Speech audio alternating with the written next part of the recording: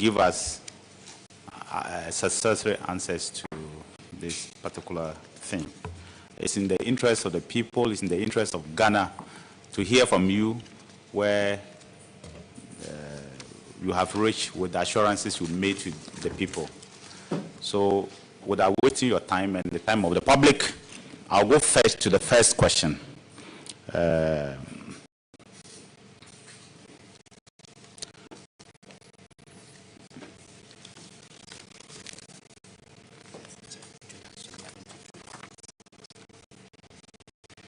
But even before, Honorable Minister, you have a team around yourself. It will be important for the people of Ghana to know who you are and your team members. Then we can go zoom straight to it. Thank you very much, Mr. Chairman. I'll invite them to introduce themselves. Thank you.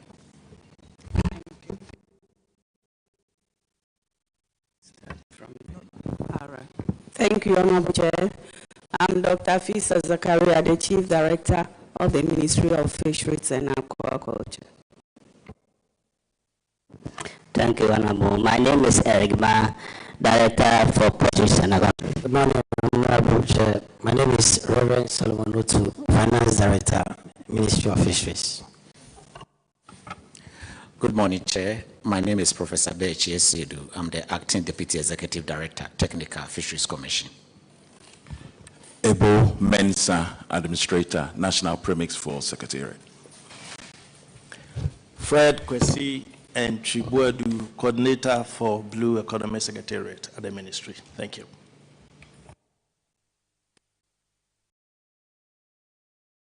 Honorable Minister, can we know who you are? My name is Emilia Arthur, the MP for Shama and the Minister for Fisheries and Aquaculture. Thank you. Thank you very much. Very important, the MP for Shama. You are, your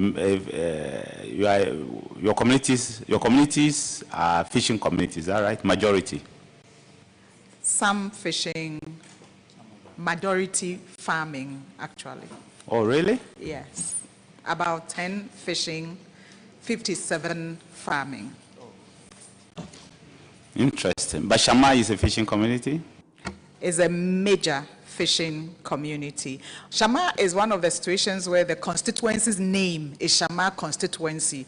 The district's name is Shama district. The traditional authority's name is Shama traditional authority. And the district capital's name is Shama.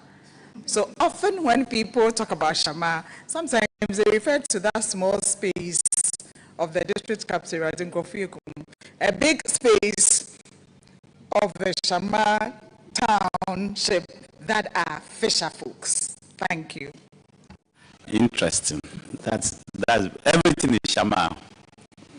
Interesting. And do they have a landing site? No, unfortunately.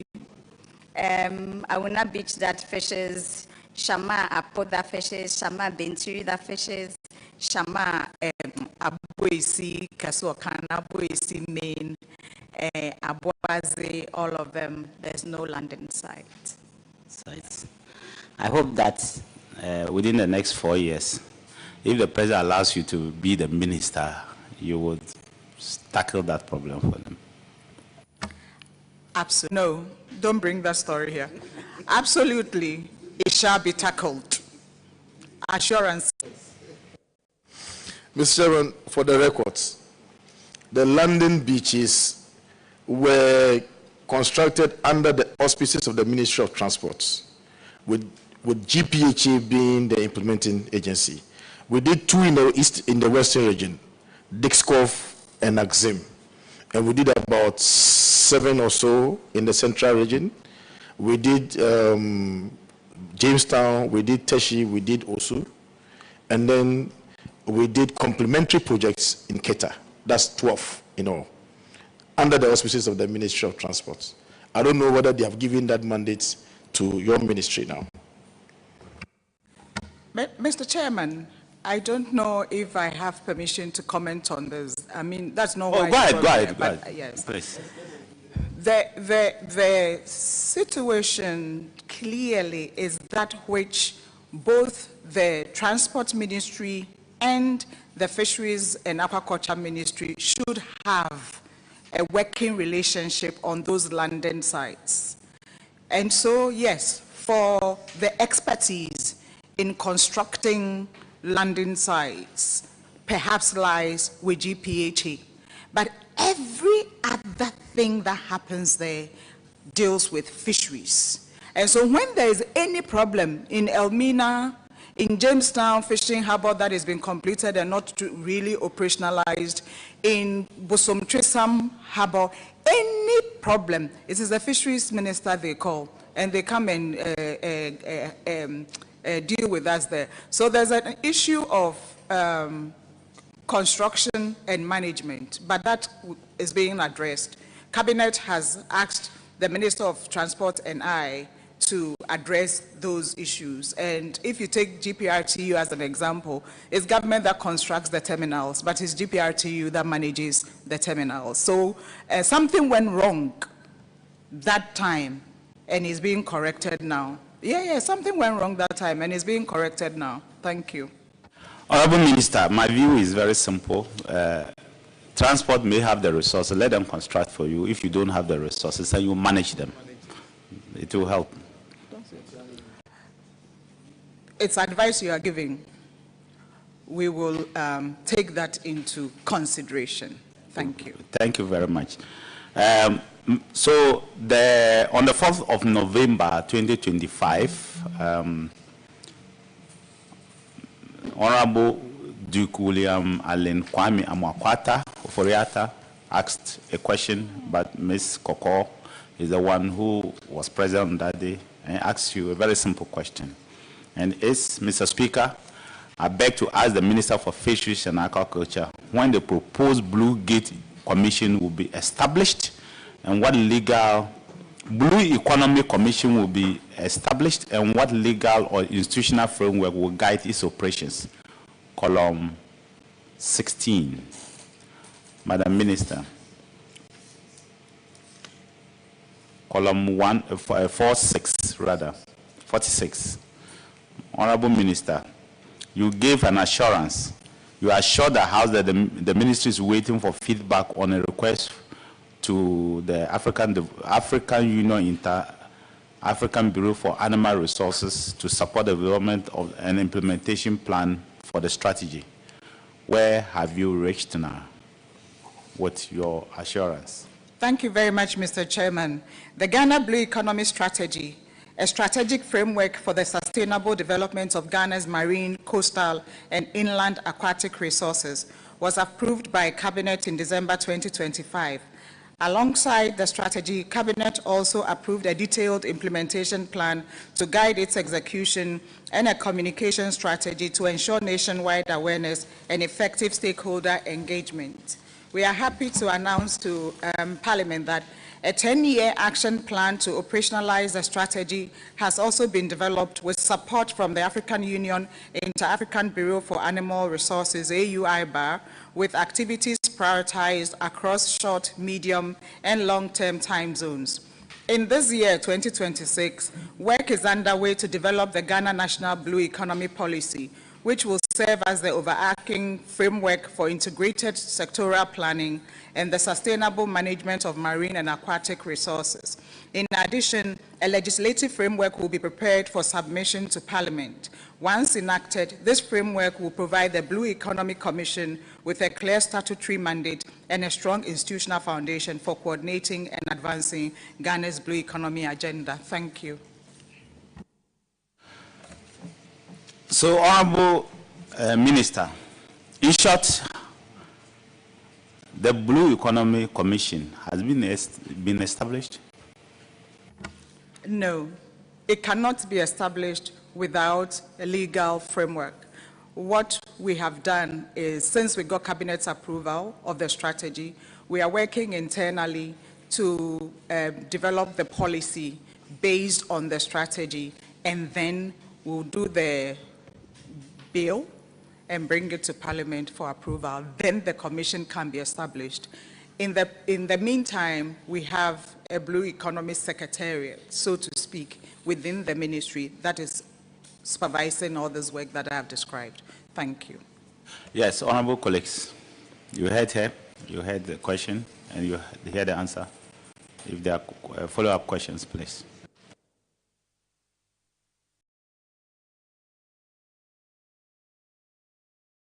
Okay, you mentioned that legislative framework will be prepared, but I didn't mention any timeline. May I know if you have any time in mind?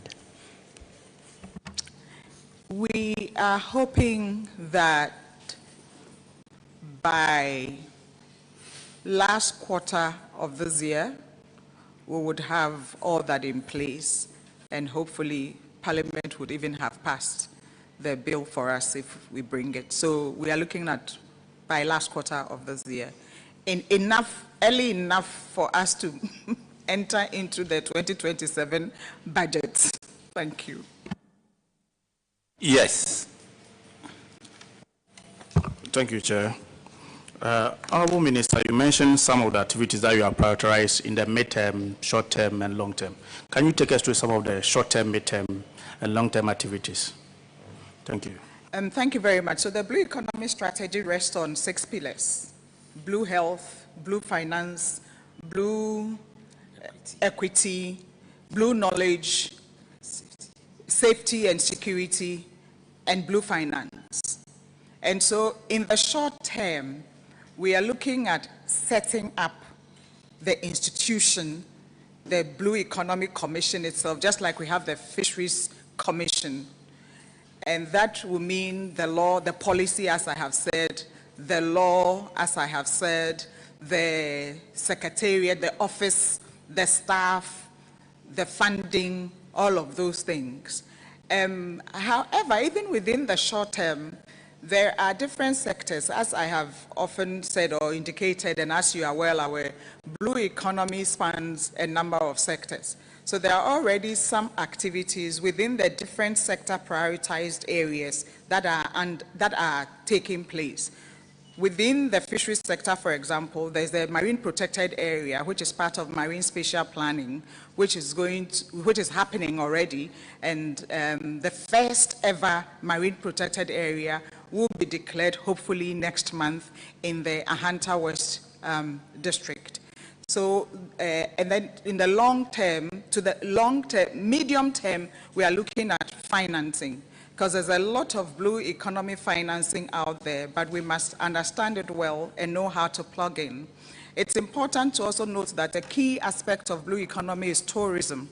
And again, in the Ahanta West district, there are amazing opportunities for tourism. So we are developing proposals where, under the blue economy, we'll be taking advantage of the opportunities out there to showcase the tourism opportunities within the blue economy space. And hopefully, in the long term, we don't operate in silos. We think blue economy, and we are all together, and it's also anchored in Ghana's National Development Plan, long-term National Development Plan. Thank you. Mr. Chair, just a follow-up.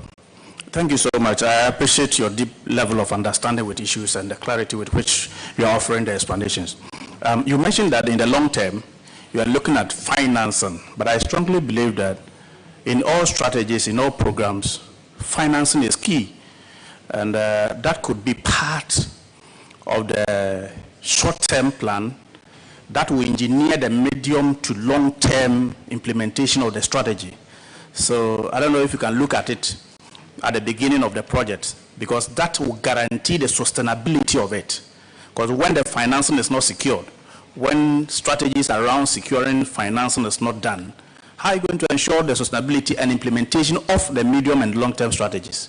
So if you can look at it at the initial stage, I think that would be great. Thank you. Thank you, Mr. Chairman. Just before we came here this morning, we had a meeting with the Tony Blair Institute that is supporting us in this process. And one of the key items on the table was precisely what you have spoken about. So we are not doing financing as an afterthought. We have financing as part of the short-term activities, but we are looking at the medium to long term when we have actually accessed the financing and it's actually working for us here in Ghana within the blue economy agenda, blue economy space. Thank you. Yes, Honorable MP Fogushe. Thank you, Mr. Chair. Mr. Chair, as they say, the devil is always in the detail. What would constitute blue economy? And I give you a brief background. There used to be a ministry or a minister for transportation in the Federal Republic of Nigeria. Now, under this current president, Tinubu, the ministry has been fragmented into three. You have the Minister for Aviation, you have the Minister for Transportation, and now you have a Minister for Blue Economy.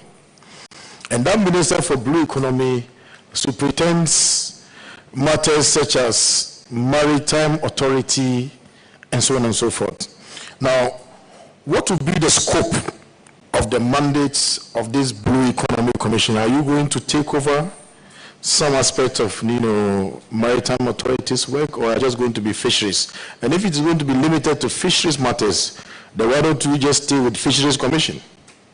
Otherwise, there will be some kind of lapses. So, but I need some clarification on exactly what you'll be doing. Thank you, Mr. Chair. Thank you very much. And the point you have made was seriously considered during the processes. What it is that blue economy covers their basic sectors and then others.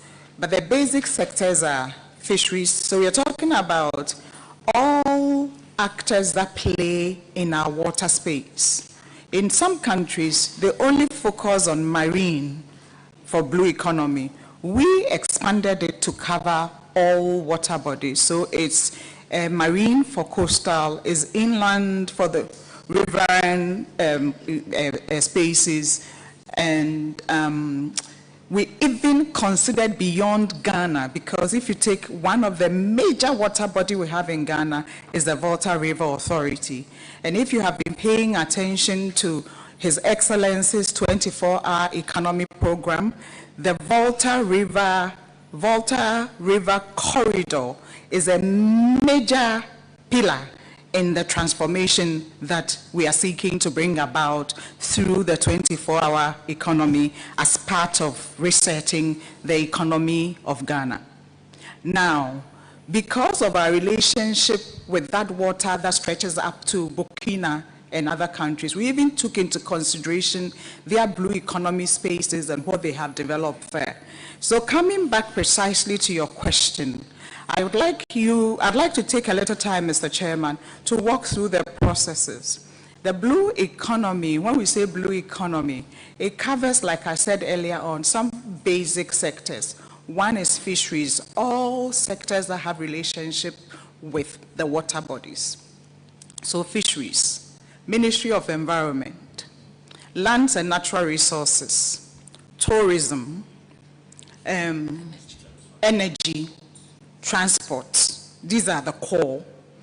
But we also extended it to include the 24-hour economy because of what I've just described. But also importantly, the National Development Planning Commission, because they are responsible for overall planning and development of this country. So we went through a process where together we developed the strategy. And the strategy, as I explained earlier on, has 6 core pillars. Those 6 core pillars reflect the different sectors. The responsibility of the Blue Economic Commission would be to coordinate the activities of all these sectors within the 10-year development plan, implementation plan, that together, we all came together and developed the 10-year implementation plan of the Blue Economy Strategy. So if fisheries, we are responsible for marine protected area, we focus on that. If energy is responsible for exploration of oil and gas in the same water space, they focus on that, but we work together so that working in silos stops.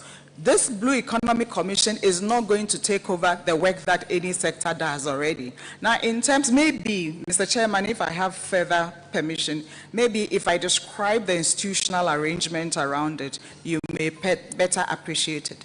So, at the top of it all is an interministerial council that is superintended by an official from the office of the president, so that the pooling together and the coordination is done, so that you don't have the Nigerian experience that you described.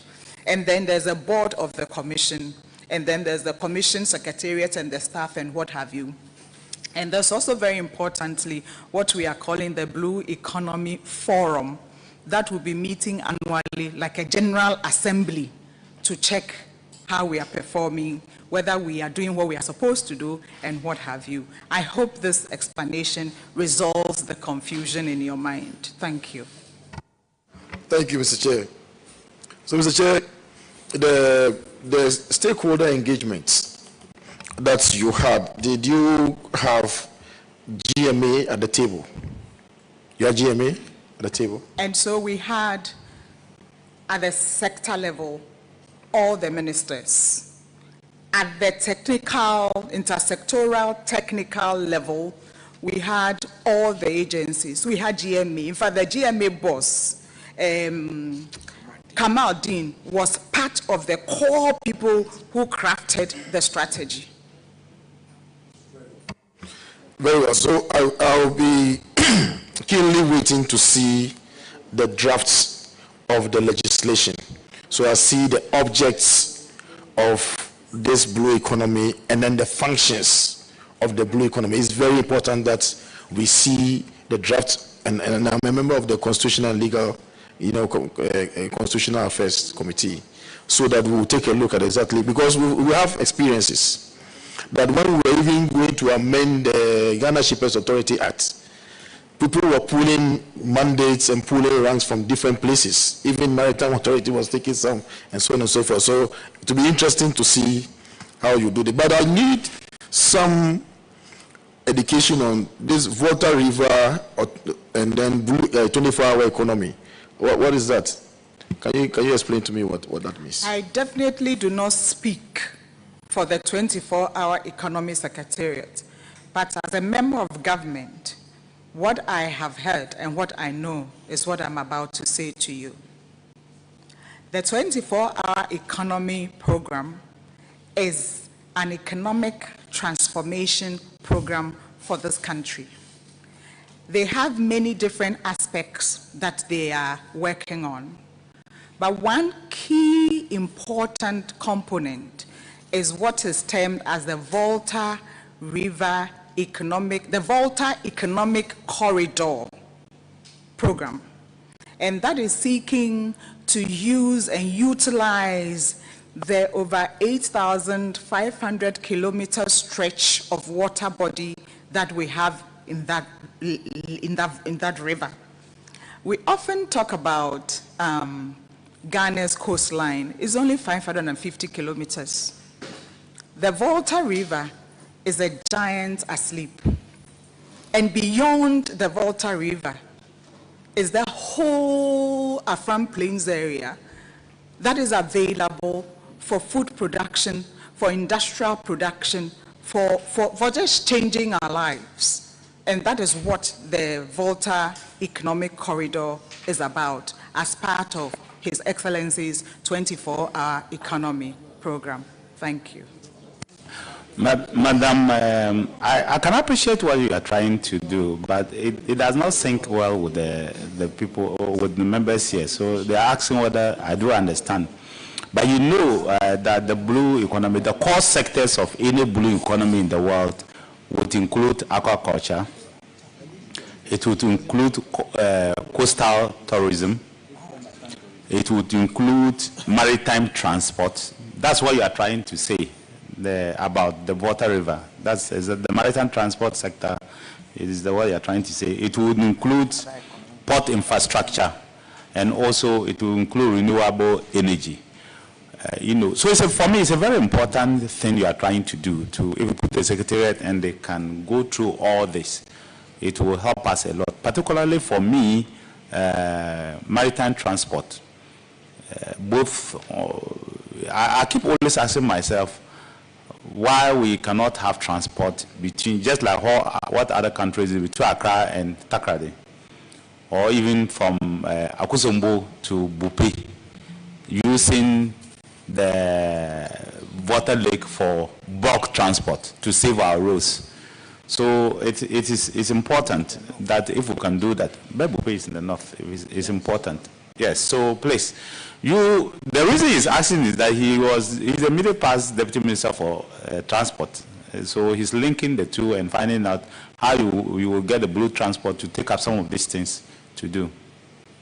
Mr. Chairman, I have a follow-up. So for instance, bus moves cargo through barges from the Mami Water Depot, Akosombo, all the way to Bupe. And they move any time of the day. They don't necessarily move daytime. So 24-hour economy, they just travel. I have traveled on the Water Lake from Akosombo from 5 a.m. We arrived Ketekrachi 5 p.m. And then returning to Accra, we left 5 p.m. and arrived 5 a.m. So I'm trying to understand what this 24-hour economy is, separate and distinct from what is already, available. People fish on the Water Lake at any time of the day. In fact, sometimes they even sleep there. When you are moving on the Water Lake in the night, you find them with their lanterns and so on and so forth, sleeping on the water. So I want to understand what is new, what is, groundbreaking about this 24-hour economy and then the Water River. Thank you, Mr. Chair. Thank you very much. I think you are conflating issues. So we were talking about the Blue Economy Commission, or the aspects of blue economy. And I speak to the fact that we in Ghana did not only focus on marine, coastal for blue economy, we actually also considered the Volta River as a major resource. And yes, Mr. Chairman, when we talk about blue economy, it includes aquaculture as well. And that is why it was extremely important that in developing the strategy, we had the 24-hour economy present. Because, and Honorable Minister, I think that sometimes, Honorable Member, I think that sometimes, and I say this with all humility and due respect, that sometimes we need to allow ourselves to unlearn to learn. And so, the 24-hour economy, which is not doesn't fall necessarily within my purview as a minister for fisheries and aquaculture, but have a relationship with the 24-hour because of precisely the points Mr. Chairman makes about aquaculture. The issues you raised about transportation and all of that even underscore the importance of blue economy. And there is that which is known as spatial planning. We know of spatial planning on land, but there's spatial planning on the water bodies as well. The 24-hour economy program, as I said, is a major economic transformational agenda for this country. Ignore the word 24 hours, because then the issue of you sleep and you wake up and all of those things come in as you were indicating. It is a national transformation program, and one of the pillars is anchored on a program referred to as the Volta Economic Corridor. And you talk about the Volta Economic Corridor, and naturally, necessarily, the Volta Lake comes into focus. And so, the aspects that relate to Ministry of Transport will handle it in consultation or 24-hour economy in consultation with the ministry. The ones that relate to energy, and let me come quickly to Ahanta West, where I say that we are about to declare the first marine protected area for Ghana. The same space, Cape 3 Points, where we have the best resting grounds for fish for reproduction, is the same space that oil and gas has been found. So we work together to ensure that that same space, that is also so beautiful for tourism, have all those three elements come together, and we are able to protect the fish for more fish production, and we are also able to explore gas and oil for this country, and we are also able to do tourism beautifully to generate revenue, but to create jobs also on the ground. That's all it's about. It's not complex at all. Thank you. Honorable Minister, follow up. When you say ignore the 24-hour, what's the meaning? What are you saying? Mr. Chairman, what I'm just trying to say is that we like to play with words. And so as soon as you hear 24, the people are, it blocks people from understanding or for accepting the actual program than the word 24, meaning working 24 hours. I have said, it has been said, the president has said it, the coordinator has said it, the advisor on 24-hour economy has said it, that the 24-hour economy program is an economic transformation program for this country. It has many components. One of those components is having entities that are able and capable to work 24 hours, the 3 shifts. But another chunk of it is actually about how you transform your economy. And that is what the program is about. Thank you. Yes, you have some objections. Mr. Chairman, yes, I object to the comment about, like, the mention of 24-hour blocks people's, understanding of what. I think that's not fair. What I'm saying is that you related 24-hour economy to the Volta River, and I'm trying to understand what is new. This is what is happening on the Volta River Authority and its surrounding communities. So I want to understand what is new. What is 24-hour economy doing at the Volta River that hasn't happened before? That's the understanding I want to get. And Mr. Chairman, the Honorable Minister, when she was a board member at NSS, I was doing national service then. And I was a member, I was a NASPA executive. And so we used to engage with them. And I have the highest respect for her. You understand? I just want clarification about what it is that Volta River is doing with 24-hour economy. That's the understanding I want to get. And our understanding, and that is what government has said to us, and that is what is in the acts. 24-hour economy is an environment where we create arrangement for people to be able to work ceaselessly, non-stop, all right, in a manner that will spur further economic development. Now, how does that relate to Volta River? That's what I want to understand. Thank you, Mr. Chair. Minister. Mr. Chairman, may I have it put on record that what I said about the hearing 24-hour blocks acceptance of the actual meaning of 24-hour, I'd like to say that it was not targeted at my colleague MP, who was a national service person when I was serving on the National Service Scheme Board. Small boy. All right, Honorable Minister. She said small boy. No, it's fine. It's off record. Mr. Chairman, it is not fine. Mr. Chairman, it is not fine. Is that what she said? Mr. Chairman, she must withdraw it. 2002 is 24 years ago. Mr. Chairman, in May I'll be 50 years. Oh no. Honorable Minister. Honorable like that. Honorable Minister. I mean, seriously. No, it's okay. It's okay.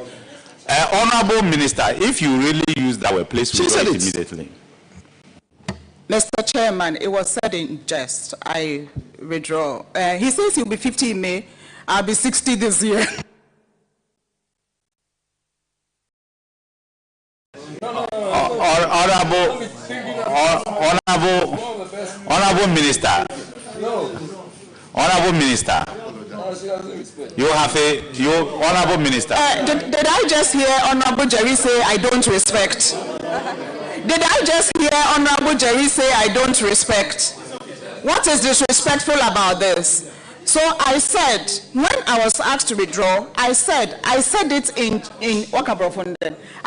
in jest, and that I withdraw. What is disrespectful about this? Honorable members and Honorable Minister, we are all on camera. The public is judging all of us. I will urge everybody to seek information and be decorous about the language we use here. It's very important. It's not for nothing that you don't find judges sitting in chop bars to eat.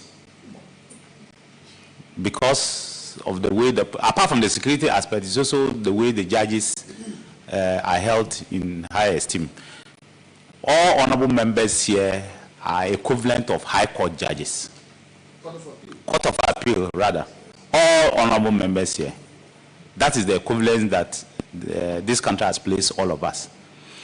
We are supposed to be with our people, but you should also be mindful that the public is judging you. You are the only few people, only two categories of people will the public queue to vote for, and queue even the day before, and fight to make sure that you are elected. So, Honorable Minister, we'll move on. But let's be mindful. Thank you. Mr. Chairman, apology duly accepted, Mr. Chairman. Thank you. Your colleague has accepted it. You are friends, and we'll take it from there. Yes. Ablekuma has a follow-up question on the blue economy. There are several Ablekumas. This is Ablekuma North. Yes, I love my constituency, so thank you very much. Thank you, Mr. Chair. Honorable Minister, in December 2025,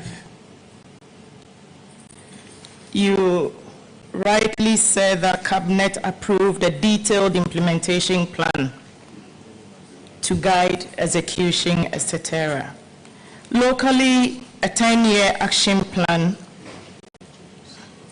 to operationalize your strategy was also developed.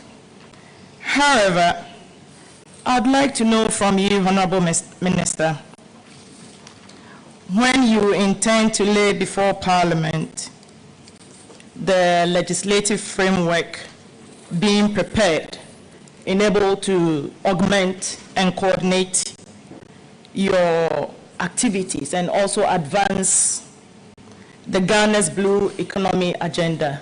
Thank you, Mr. Chair. Honorable Minister. Thank you very much, Mr. Chairman, and thank you, my colleague, Member of Parliament, Abna.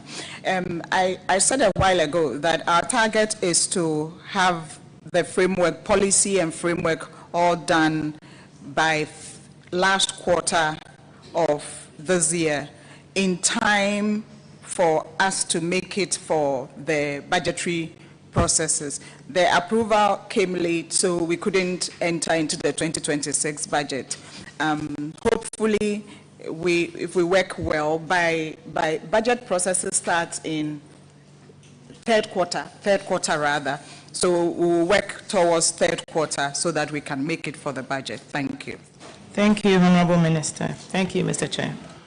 All right. So, honorable colleagues, let's move on to the next question for the Honorable Minister. Honorable Minister, the next question was asked by Mrs. Shirley Che, Ejuma Mwabiaja South. Shirley Che. Oh, you have a question? Okay, please.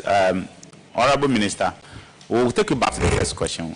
Your colleague has a question for you. Thank you, Mr. Chairman. Please, I want to ask my Honorable Minister, who happens to be my big sister, about the blue economy. I know I was going to ask which communities were involved in the blue economy, and then she mentioned the Hunter West, which actually made my head extra big.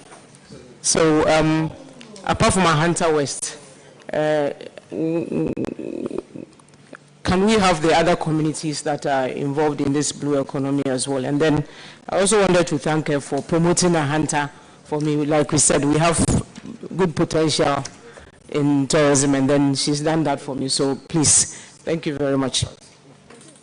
Thank you very much. So we have not gotten to the stage where we are identifying communities to begin implementation.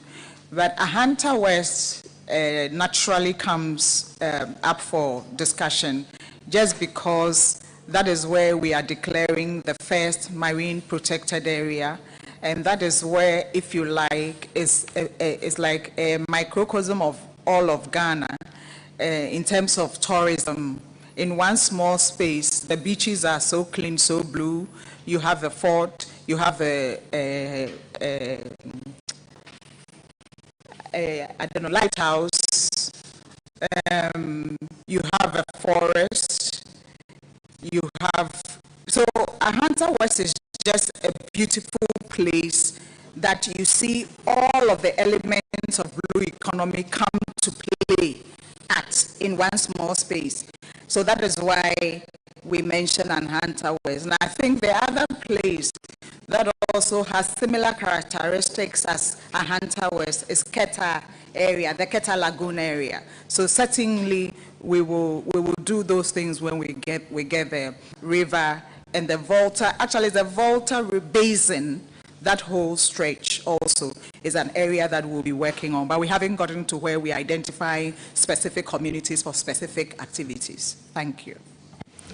Honorable Minister, as I said, we'll move to the next question. But you have assured this House that in the last quarter of 2026, you want to get this blue economy established. Focus a little bit more on agriculture. Let it work. Our people lack protein. Bush meat is finished. We are not also rearing enough animals. We are not rearing enough animals. And so our people are getting malnourished because of protein. We really need, yes, we really need a lot of protein in our system.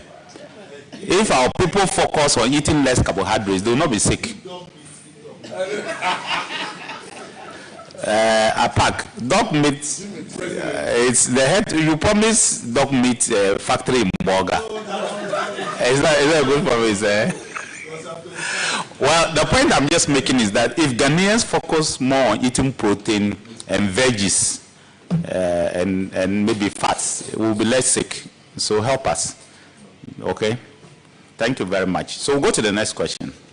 Honorable Minister, Shirley Che asked you a simple question, and her question is, Mr. Speaker, I beg to ask the Minister for Fisheries and Aquaculture. No, that's not a question. Is that her question? 354. Honorable Minister, do you have, there's a mix-up somewhere, 354. All right.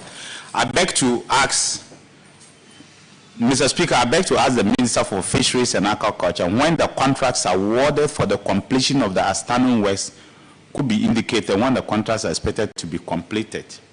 I doubt whether this is the actual question. The first question should have been three. It's supposed to be a supplementary.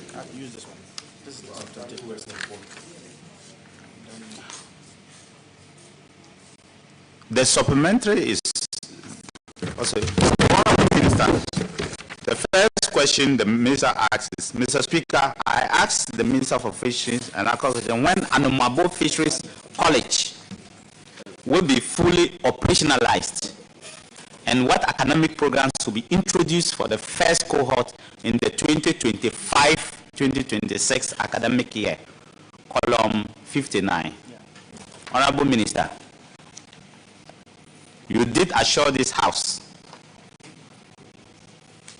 about your intention to complete by the end of the year, that's 2025. and operationalize it as well. Can you take us through what you've done so far? Thank you very much, Mr. Chairman. Mr. Chairman, civil works at the Anomabo Fisheries College, as we sit here now, stand at 80%. We have developed an academic curriculum and a governance framework, which has been submitted to Cabinet, awaiting Cabinet's approval. As soon as we get Cabinet approval, the Ministry will submit a bill to Parliament for the curriculum and governance framework so that the college shall be established. It is expected that the Anomabo Fisheries College will be operational by the close of year. Mr. Chairman, it is indeed true that I said that we were going to complete end of last year, but we did have some unforeseen circumstances that required, that caused the delay. But as I said, curriculum has been developed, governance structure has already been developed, submitted to Cabinet, awaiting Cabinet approval. I thought that we could just, but we have to come to Parliament before we can actually operationalize. So we are going to do that. Thank you. Yeah, thank you, Chairman. Minister, can you tell us the unforeseen circumstances? Government was formed in February of last year. Then we came to Parliament for our budget. By the time budget was approved, we had to, God bless the finance minister for trying to rationalize and sanitize government spending. So we had to wait for a while whilst previous spending were being validated, and then you have to wait for commitment authorization based on appropriation, and then by the time that came, we now had to go through, follow proper procedure for procurement. It was only in October 2025 that we could award contract, and it was just impossible for the works that needed to be done between October and December. But we have really advanced with the work, and as I said, is at 80% completion. Thank you. Thanks, Chair. From what she said, I personally do not see what is so unforeseen about her response. But in that vein, can you tell us when exactly you intend to complete this project? Mr. Chairman, I just said that definitely by the end of this year, 2026, Anomabo Fisheries College, civil works, everything will be completed. As I speak to you now, equipment, lab equipment and everything already in the country, just needing to be fitted and all of those things. And then Cabinet approving the governance structure and the curriculum, and then we are good to go. Thank you. Honorable Minister, this committee will go to Anomabo in November, the first week of November. Clerks, note it now. This committee will go to Anomabo in the first week of November. You came to Parliament on 25th of November and told Parliament that you will complete this work at the end of the year. That's December 31st. It's not us. You came to Parliament when you knew that you had just awarded a contract in October. You came to Parliament and told Parliament that you complete it in December. We are finding out why you couldn't complete it in December when you came to promise us. Look at it. Look at your answer.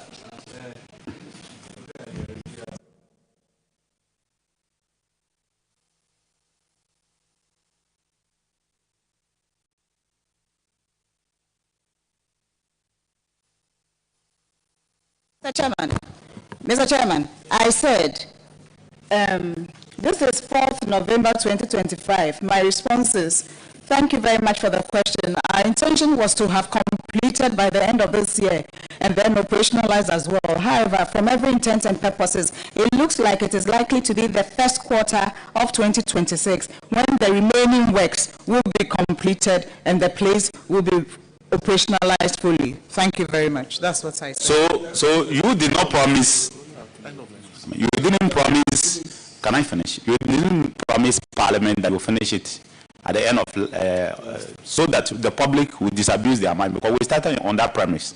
Is that right?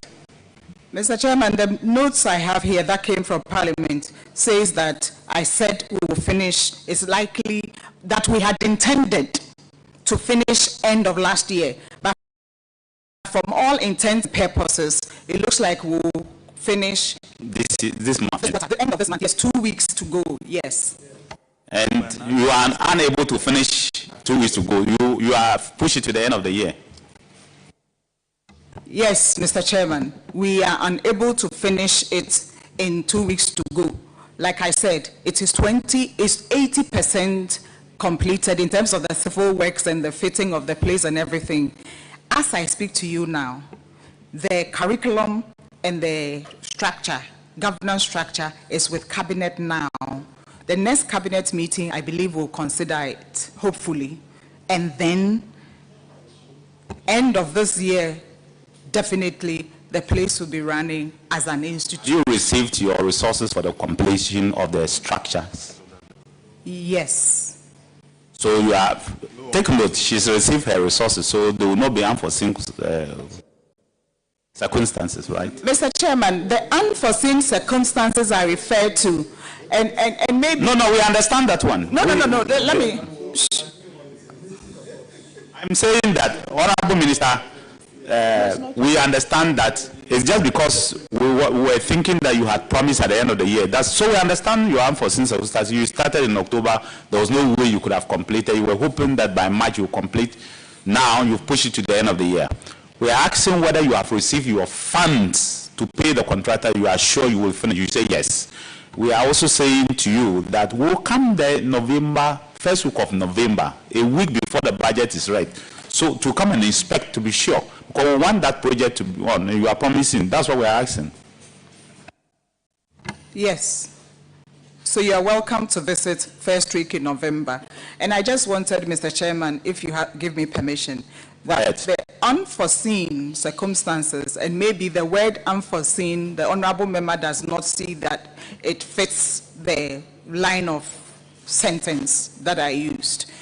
But Anomabo Fisheries College was given a budget of 100 million in the 2025 budget.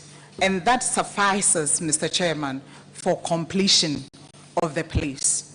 That we were able to access some for that period. We still have the funding to complete. Funding is not an issue, is what I want to say. Thank you. Honorable colleagues, the second question and the first are the same. The answers are the same. So please just continue. Make sure that we will skip the second question because they are the same.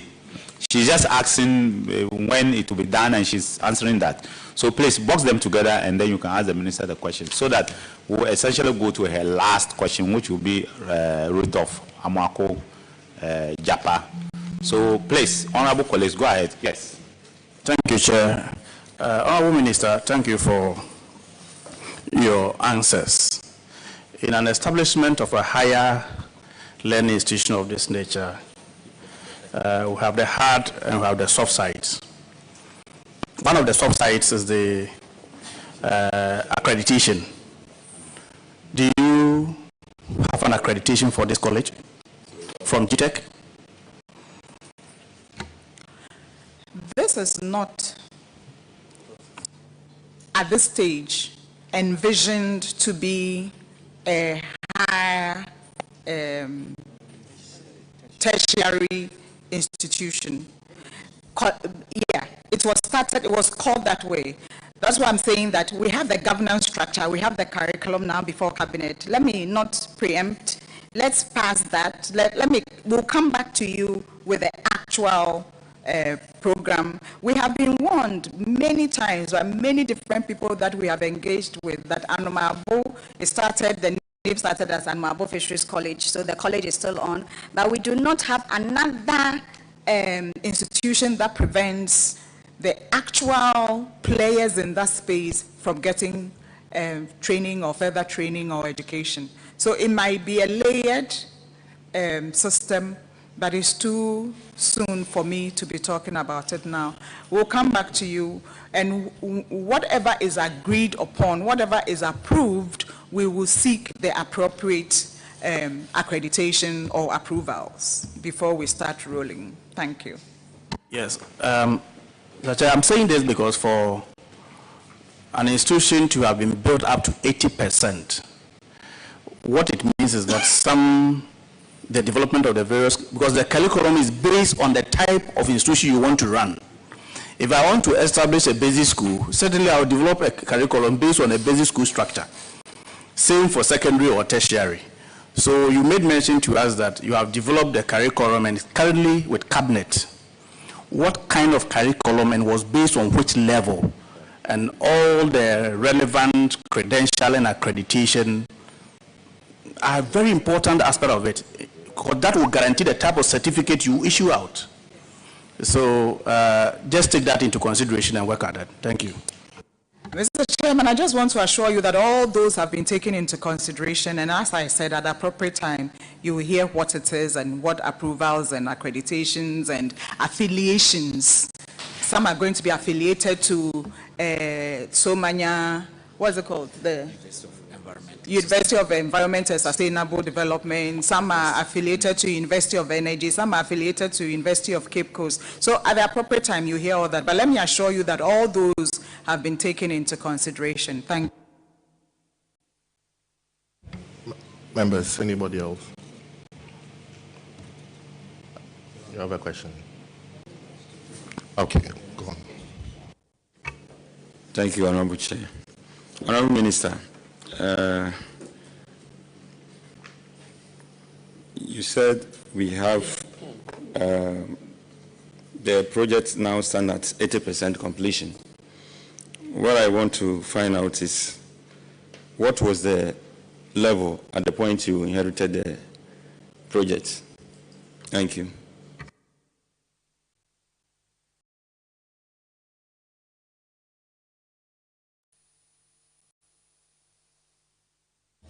Mr. Chairman, 1 minute. I'm looking for the procurement, the people who were there before I came. Please go on.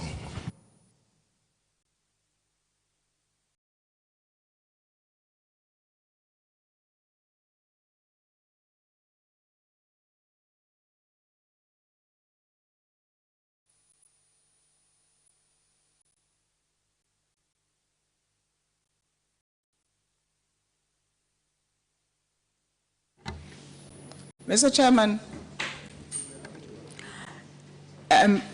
Mr. Chairman, we are hovering between 50 and 60% completion at the time I took office. Thank you.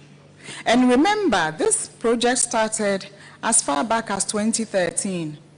In fact, 2012 was the conceptualization of it under President Atta Mills. And then the actual construction started midway there somewhere between 2013 and 2016. And it's still there. So our objective is to finish it so that Anumabo Fisheries College does not appear in any budget line again until maybe if we are doing a second phase or something. Thank you. Go on. Right, Honorable Minister. With the 80% completion, are you able to furnish us with pictorial evidence? Thank you. Yes, please, Mr. Chairman. We can bring pictorial evidence, please. Thank you. Thank Thank you, Honorable Minister. Please let's go to the last and final question. Is it a question? Okay, sure. On the 4th of November 2025, Rudolph Amwakujampa asked you a question. Mr. Speaker, I beg to ask the Minister for Fisheries and Aquaculture the status of the 157 premix fuel automation outlets under construction as of the end of 2024, and the steps the ministry is taking to ensure the completion of the remaining 143 outlets in 2025. Minister.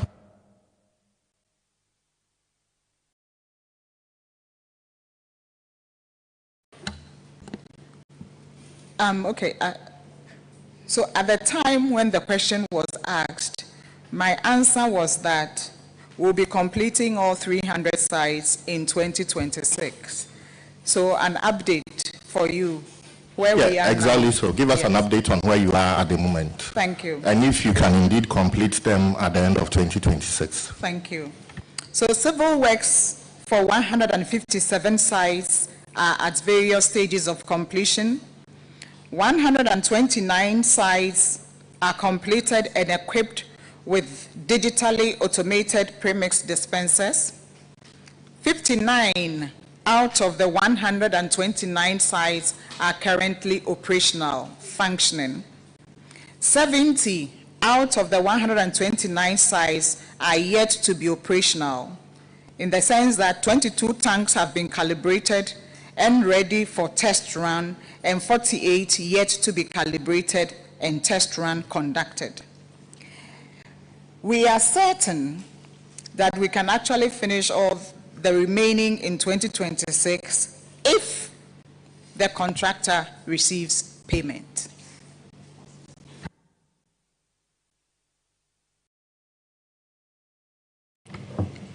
Minister, can you brief us on the financial standing of this project as of now? Thank you very much. So this project was awarded in 2022 at a sum of $56,775,600 for the 300 sites. Sometime in December 2024, the original contract sum of $56.7 million became $60.5 million. Payment made so far is $9.4 million US. Now, when you take out the payment done so far, $9.47 million US, the balance on the contract is $51 million US. The Ministry of Finance has validated total claims made so far to the tune of $15.7 million.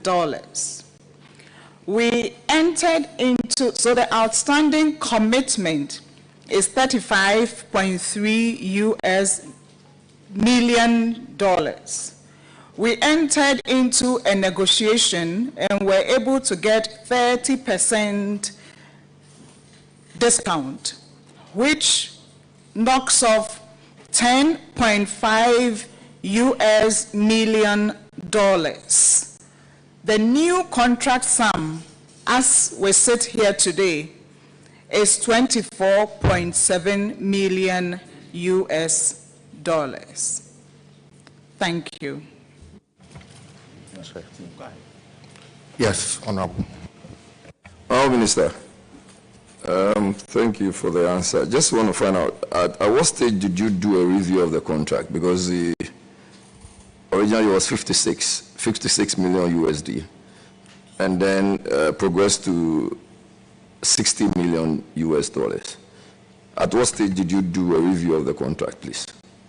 Please, it was done in December 2024. Very well. So after the review, did you check what amounted or accounted for the review? when I checked, the officers informed me that there were some additional works that needed to be done. Do you perchance have details of those additional works? Yes, Mr. Chairman, just give me a minute.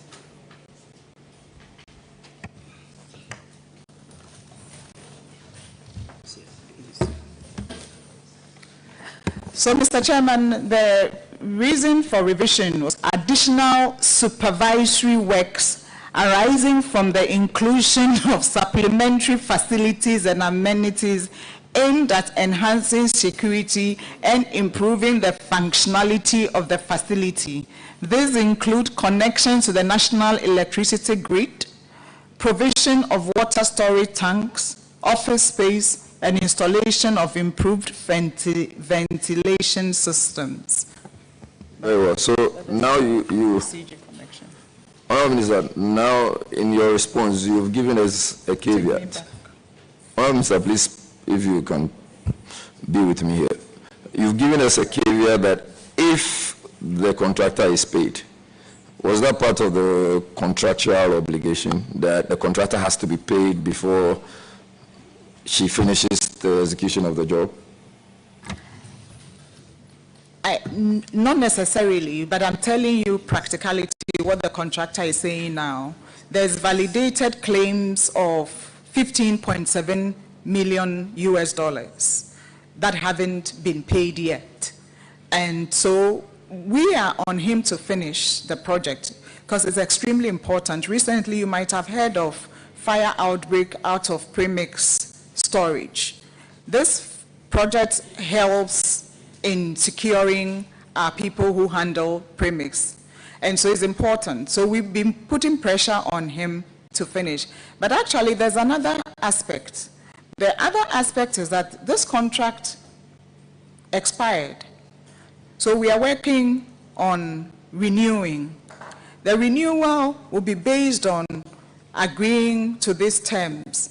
But it goes beyond me. So even just yesterday, we were at the Ministry of Finance discussing this particular project and the different cost elements involved and the renewal of the agreement. Let me state that it's a very important project. Honourable Minister, so knowing that it's a very important project and seeing all these developments, you're still assuring this house, but your caveat is that the contractor has to be paid first before the completion of the project. And my very basic question was whether or not it was part of the contractual obligation. Was there a requirement in the contract that the contractor has to be paid a certain sums of money before the completion of the project? So let me be frank. I don't know if it's, I'm not sure it's written in black and white, but I am sure that contractual agreement, when you do some work, you present IPCs and you are paid to continue the work. And so that's my position. That's the position on which I'm saying. And also, like I said earlier on, Honorable, it is engagement with the contractor. He desperately wants to finish and wash his hands off, but he has to be paid. So, Honorable, let's go with your responses. And if that doesn't materialize, what happens?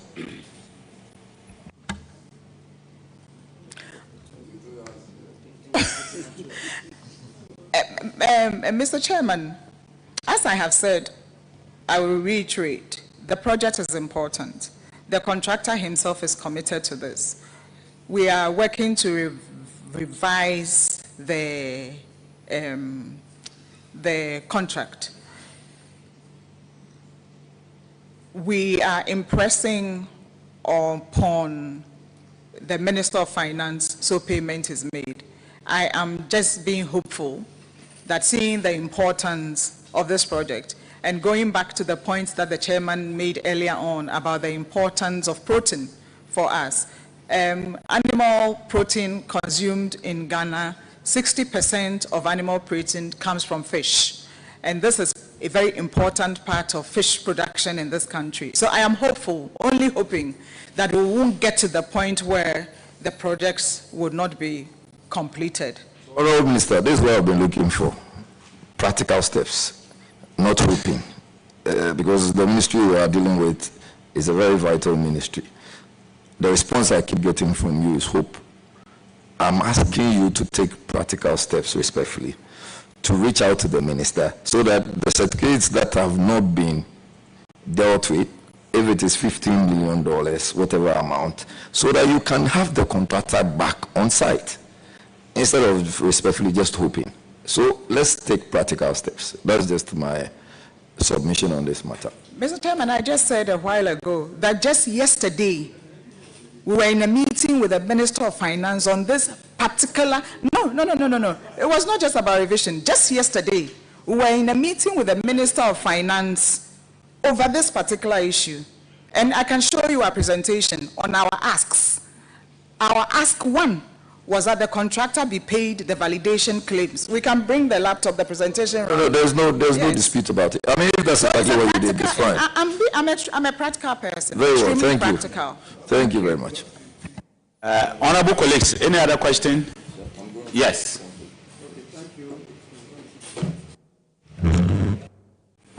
Okay, thank you, Chairman. I think here we have 59 out of the 128 sites, 129 sites are operational. In your earlier answers to Parliament, you stated that these projects aims to improve transparency, efficiency, and accountability. I want to find out from you, how do you grade the 59 that is completed or in operational? Are you sure that they are meeting these aims that you stated in your earlier answers? Thank you.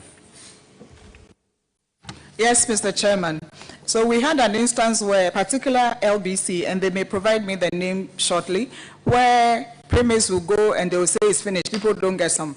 But once that machine, the premise entered that tank, premise was there, they were, like any time you go to petrol station, you go and buy your premise in a cutting. And so yes, the thing is structured in such a way that if the premise is able to leave Tema and enter into that container, you cannot siphon it. And in fact, you can only access premise from that dispenser based on a digitalized card that connects your canoe to that card. So if Emiliata, I have 2 canoes, I'm giving a card that reflects that I have 2 canoes and this is the quantity of premix I need to put into canoe 1 and canoe 2. So I can't come and push my drum there and say that I'm the chief folk there, so they should give me alone 10 drums, as is the current practice. Thank you. I see some members of parliament are sitting at the public gallery. You are entitled to come and sit here and even ask a question if you want. So if you are a member of parliament and you are at the public gallery, you are entitled to sit here. Yes.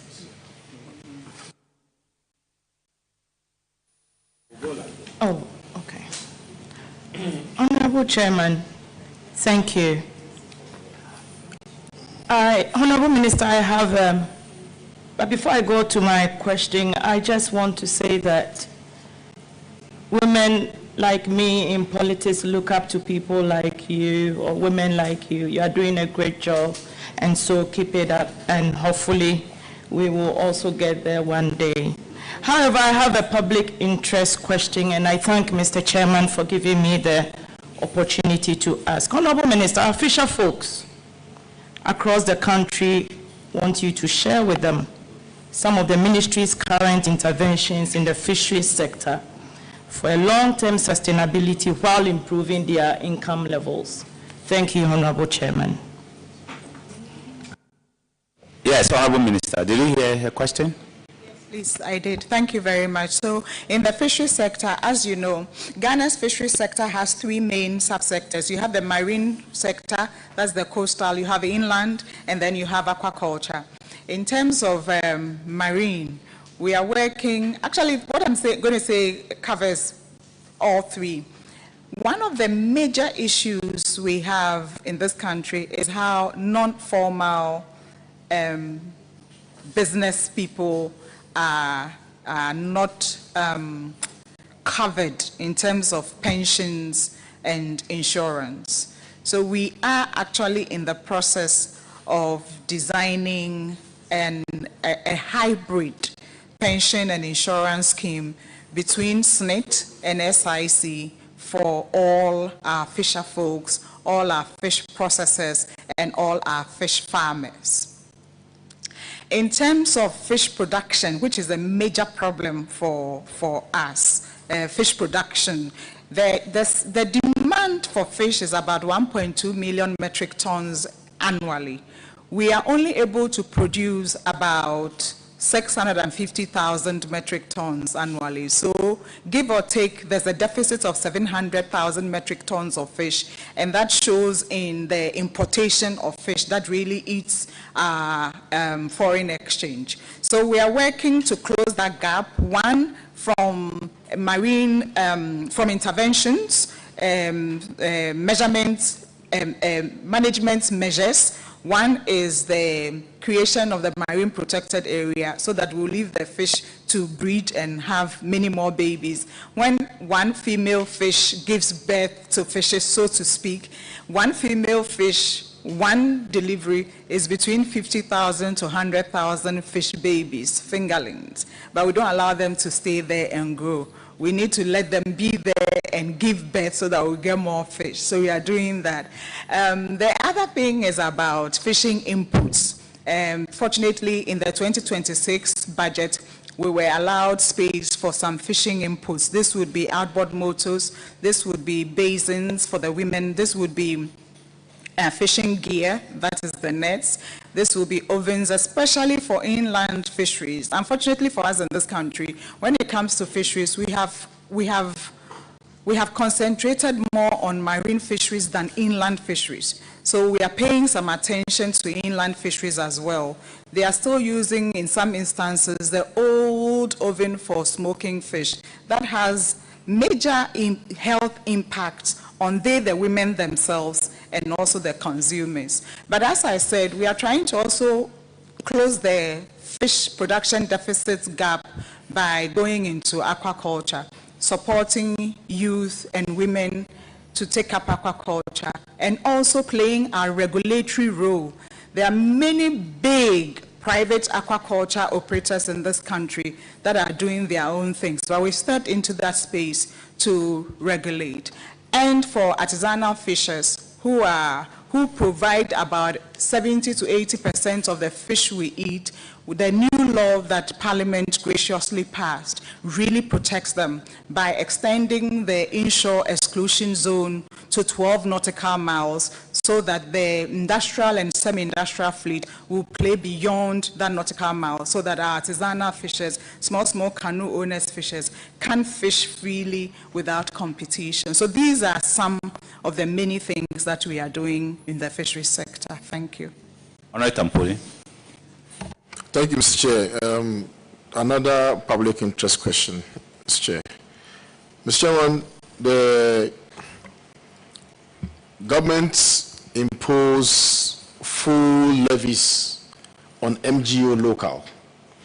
Now, sometime in 2018, 2019, we imposed full levies on MGO foreign. And what it means is that some genuine trawlers who were previously fishing in our waters are thinking that maybe it's cheaper to operate in the waterways of our sister countries because of the nature of the tax that we have imposed on our fuel. Now, that puts a lot of burden on local artisanal fishers to be able to meet our demands for fish stock, right? Now, recent activities of pirates shows that it's impeding the activities of even our local fishers to the extent that, you know, I think only last month, Senya Breku area, there was an incident of piracy around that area. Now, apart from the attack, it also scares off the fisher folks from going to fishing. Are there any assurances that you can give this? Loosely, I'm using the word assurance loosely. Don't make any assurance. But can you give us any, you know, cause to understand that these fears of the local fisher folks, will be dealt with so that they'll be able to freely go, because they have a burden on themselves now, having regard to the fact that this ocean-going trawlers have withdrawn. Thank you, Mr. Chair. Honorable Minister. Thank you very much, Mr. Chairman. So you raised two very, very important issues. The management of MGO actually does not fall within this sector, but the industrial fishers that fall within the sector have raised it as an issue for them. What it means is that MGO has become more expensive for their operations.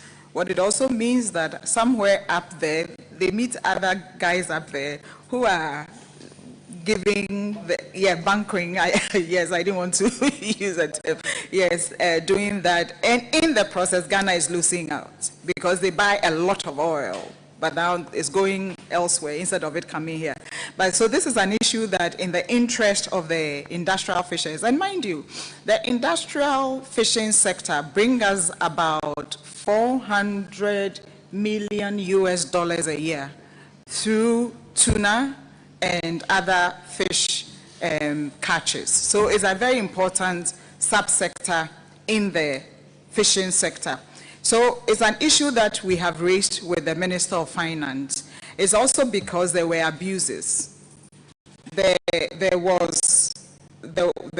was tax that was removed on MGO, and by the time we realized, humans as we are, it was being abused and profit going into private pockets. So it was just this budget that the tax was brought back, and it's become an issue for the industrial fishermen in the sector.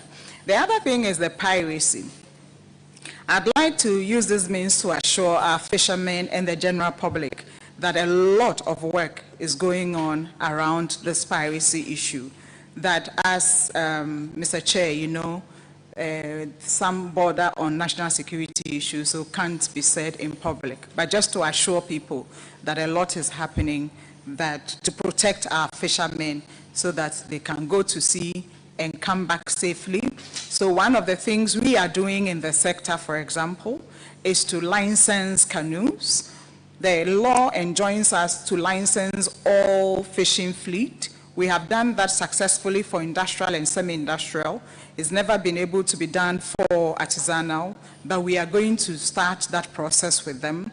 But we are also going to be working to put transponders on their vessels so we know where they are at sea, and also importantly, communication systems. As it is now, when they go beyond a certain threshold on the water, smartphone connection ceases. You can only get YAM phone connection. But beyond another distance, you don't get them at all. So we don't have eyes there. Our fishermen are out there, and we can't communicate with them. So we are working at communication systems so that we know we can communicate with them, but also transponders for surveillance, and then, as I said earlier on, some insurance and pension scheme also for them. Thank you. Thank you, Mr. Chair.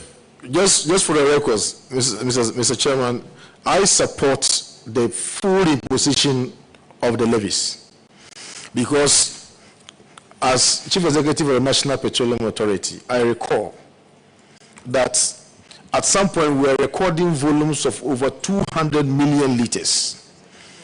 When former Chief Executive of the National Petroleum Authority, I'm just saying that as Chief Executive, this is what I did. All right, please. You know what I'm talking about. Over 200 million liters were recorded. No heckling, please. When we impose the taxes, the genuine people who were now lifting MGO foreign came out to about less than 20 million liters. Now you can see from 200 million to just about 20 million liters. And we didn't have shortage of fish in the country. All right. Now they were selling this, MGO, and MGO is essentially diesel. All right. So they were dumping it on the market without paying the taxes because the tax element was removed. So I fully agree. What I think we should be doing is how to incentivize the local artisanal fisher folks. by giving them all the necessary tools that they need to have. And I'm not too sure whether you can provide transponders for the number of canoes that we have across the country. That's going to be very, very expensive. And also, the price of premix is also equally subsidized. Now, the arrangements was, how do we further subsidize? And how do we do this? Instead of using PMS to do the mix, why don't we use condensates? And condensate is more cheaper. It will give you the same results that you need. In addition to that, you can also use LPG, and we piloted it. We got Japan Motors to pilot some, outboard motors using LPG, and they work perfectly. The fear was that LPG is highly flammable and so on and so forth, but we can put in place the necessary safety measures. So, Honorable Minister, please consider some of these measures, because we have to give the commanding heights of our fishing industry to Ghanaian fisher folks. And we need to incentivize them to be able to rely on them, so that all these pirates that come across from different parts of the sub-region, they won't be able to reduce our fish stocks in the country. But I agree that we should continue to impose the taxes. I thank you, Mr. Chair. All right, Honorable Minister. Yes, please. All right, so please go ahead. Thank you very much, Mr. Chairman. So the point you make about premise being subsidized, yes, premise is still subsidized. And yes, we use condensate from Ghana gas, which is an byproduct. Yes. Yes. So we use condensate, so it keeps the price still low. And yes, even as at now, we are piloting LPG gas propelling outboard motors in one particular landing beach committee area. And we are working with the University of Ghana Business School to test a model where the subsidy goes directly to the fisherman and goes to buy premix at the market price. So, and come and recover. So we are testing all that. And then fifth, there's a whole new technology that is being put in place where you use the condensate, but it is even cheaper because the other marine mix and things don't come in. So that is also being explored, so that at the end of the day, the premise will go to the fisherman and remove all those bottlenecks. Thank you. Yes, Honorable. Thank you, Mr. Chairman. Let me also congratulate the Minister for the good work she has done so far. We are proud of her. Her simplicity, approach to work is commendable. About a month ago, end of January, she was in my constituency, and we took her around most of the aquaculture business in my constituency, and let me say we are proud. This is put in place to ensure that we have a lot more of our fish, as requested by the chairman, that we need to increase our protein intake. Let me, however, say that again. Let me, however, ask the premise issue. Yes, I have about 4 landing beaches in my constituency. And so the premise these days, I see that comes on time, and they get it as and when there's a need. However, there's an issue of payment to OMCs as promptly as possible. And so they bring their goods today, and maybe in 2 days' time, they're expecting that they are paid.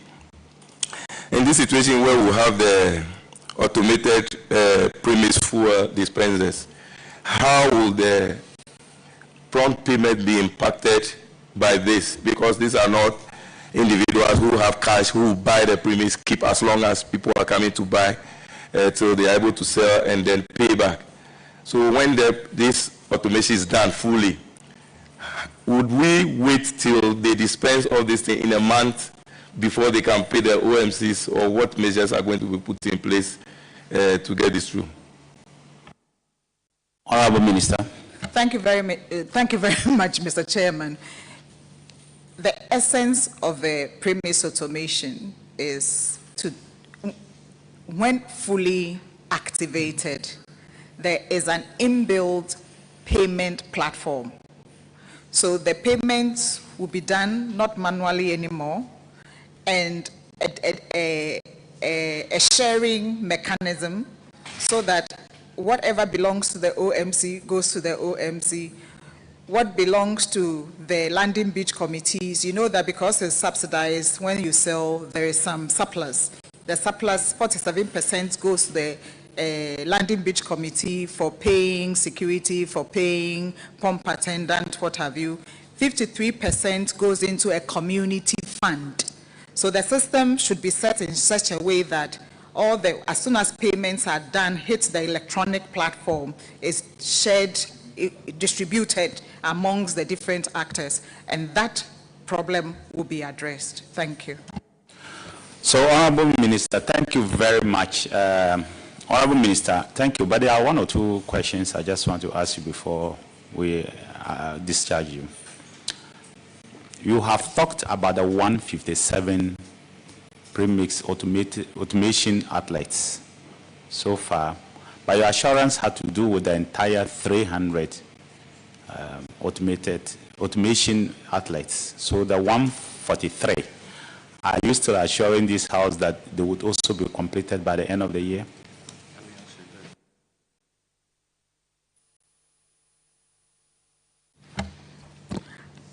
Once upon a time, you were my friend. Mr. Chairman. You are still my very good friend, but I will ask you questions. Mr. Chairman, the position is that all 300 are completed this year. That is the ministry's position. They actually do get completed. There are factors beyond the ministry that may impact on us meeting this deadline. But from the ministry's point of view, we want all these 300 finished. Mr. Chairman, if I can take 1 minute of your time. Go ahead. And share a personal experience for which reason I wish all these 300 sites were completed. When I was a Deputy Western Regional Minister, premise was sent to one of the landing beaches in Nzema. Because of the mode of dispensing, there was a fire outbreak, burning all the people there. I had the responsibility of sitting with these people in a Ghana Armed Force plane from Takrady to Kolebu, Ben's unit. Arrangements had been done. I sat with these people on the flight. From Takrady to Accra, on the flight, I could hear skins popping. And by the time we reached Accra, most of them were dead. There were a couple that survived. They were taken into Kolebu Ben's place. 2 days' time maximum, they were all dead. I don't want that experience ever again. That is why I support the premise automation project.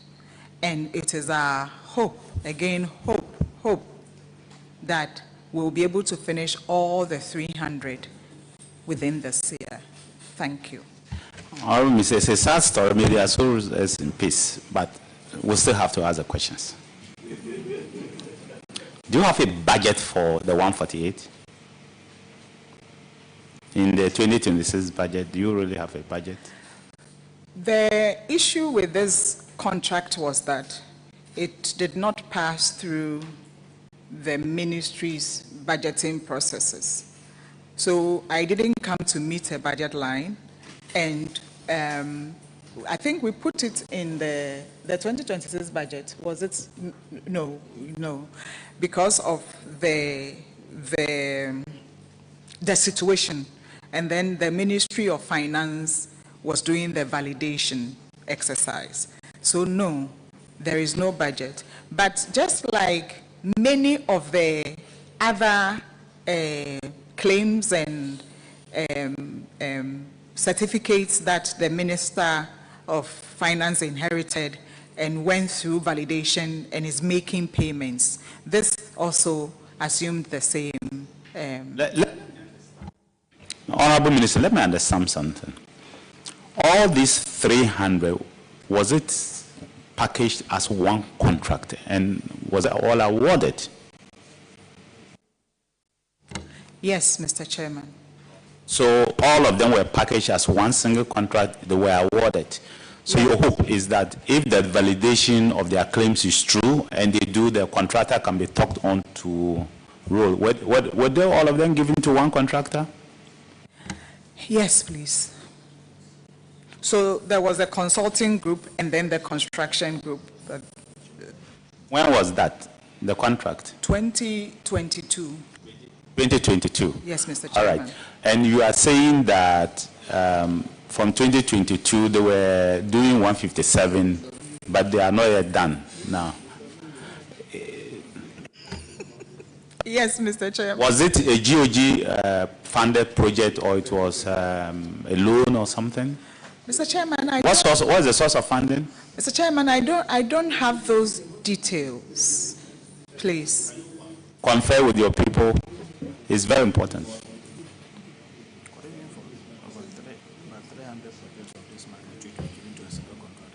I don't know why it was done that way.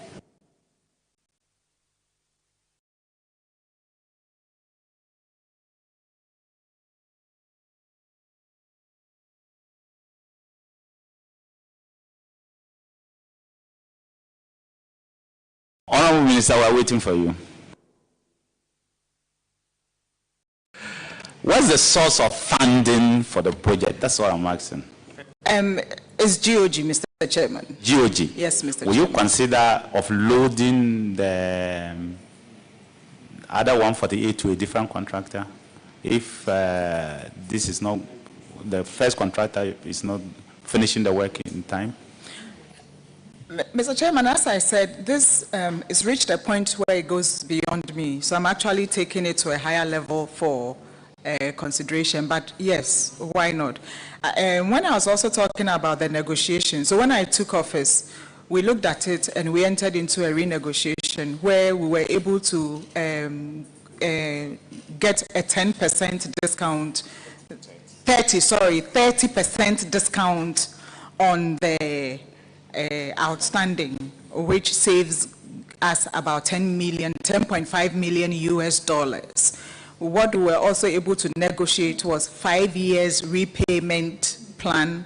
We're also able to negotiate 5 years maintenance plan. All these were not in the original contract. 5 years maintenance plan, because naturally when you put a structure like that by the seaside, it deteriorates very quickly and there's need for maintenance.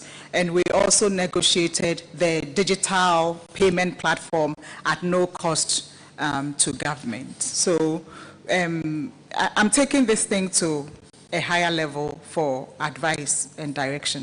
I think you should. If it's a GOG project, as you are saying, the source of funding is GOG project, and you have not budgeted for, or it's not in your budget for 2026, do we assume that the 148 will not be done this year? Because the contractor will know that if he does it, you will not even pay him anyway, so, or her anyway. So I've just been informed that the remaining 148 are also work in progress at very different stages of completion. Means the contractor has started working all the 300, but is waiting for the claims to be paid. Yes. What is the total sum that the contractor is being owed? Do you have that idea? Yes, Mr. Chairman, the contracts in 2022 was about 57 million US dollars for the 300 units. In December 2024, it's increased to 60.5 million US dollars. And so far had been paid 9.4 million US dollars. The validated claims as at now that Ministry of Finance you remember they did some auditing, has validated, is 15.7 million US dollars. Then I went in and negotiated for 30% discount, which is $10.5 million. So currently, the new contract sum is 24.7 million US dollars for the 300 units. Thank you, Honorable Minister. So the contractor has raised an IPC of, that has been validated, $50 million. Yes, please. Okay, and your hope is that once he gets paid, then he can, is he currently on site? Is he working?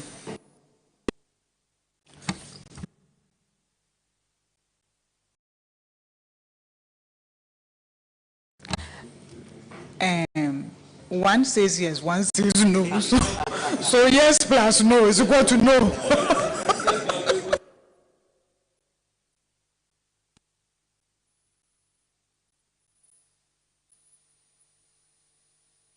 Okay, so they are on site working on the aspects of the 157 that needs completion, but not on the 148. All right, so Honorable Minister, finish my secretariat, our secretariat, with the exact locations of these 300, all right? And then also finish us with the stage of work.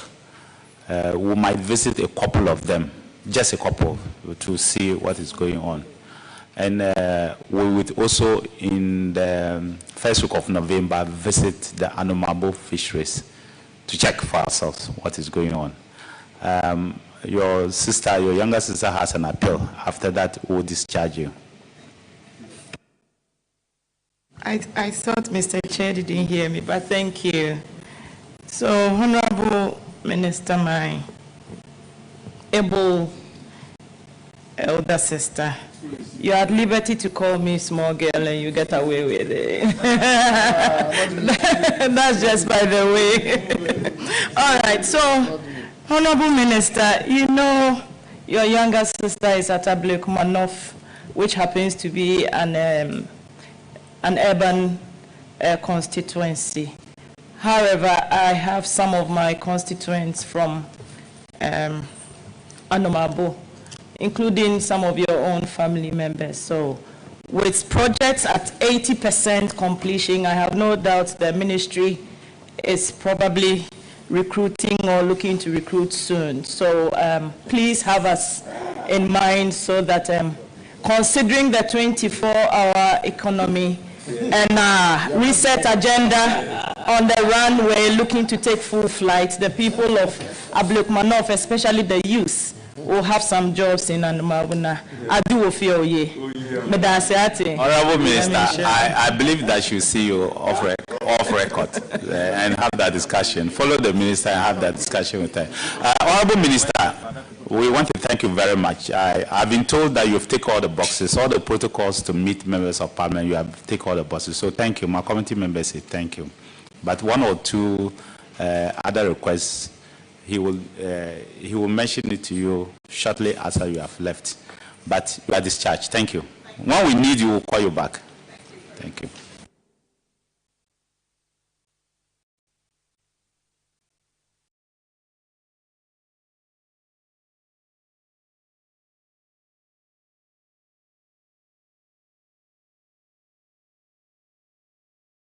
Yes, Education Minister and his team.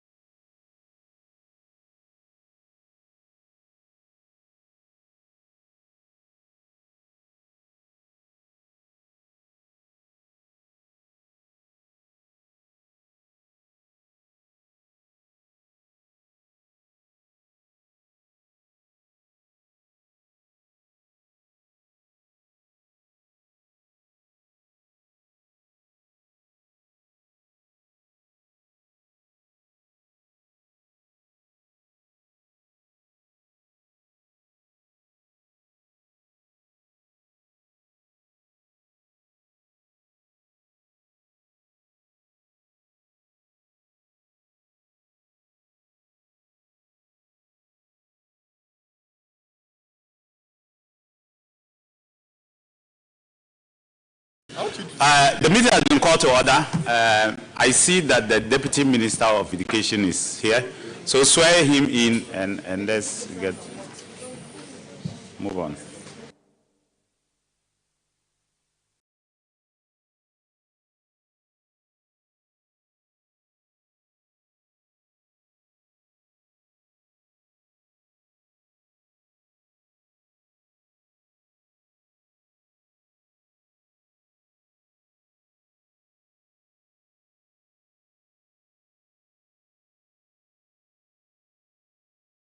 Honorable Deputy Minister, introduce yourself and your team to us.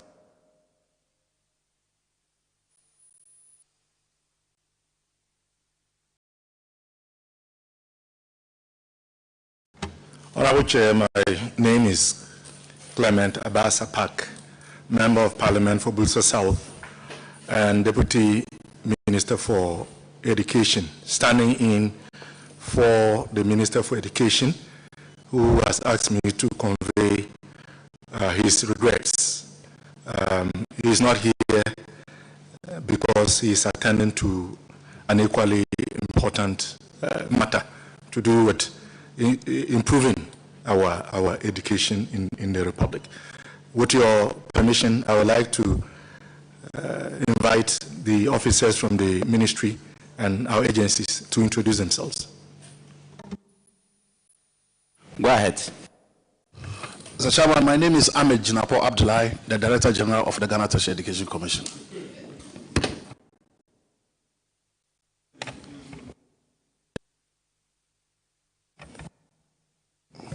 Mr. Chair, my name is Kojo Frimpong. I'm the Head of Public Investment Unit, Ministry of Education.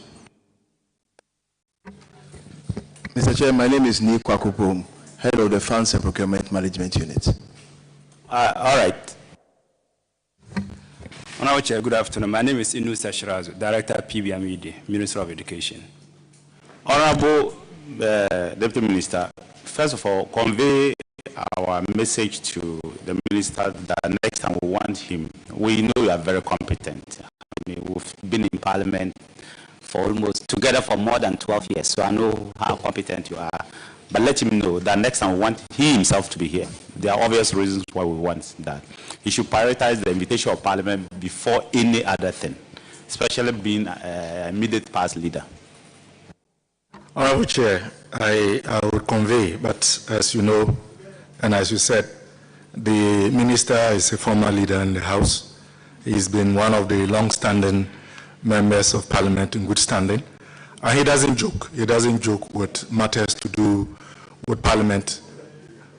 And if not for the gravity of the other assignment that he had to execute, he would have been here. And just for the sake of the records, as Honorable Chair is aware, government through the President had announced a program aimed at bringing the double track aspect of the free senior school policy to an end, and also upgrading some of our category C schools to B and some B to A, and then expanding some of the existing A schools.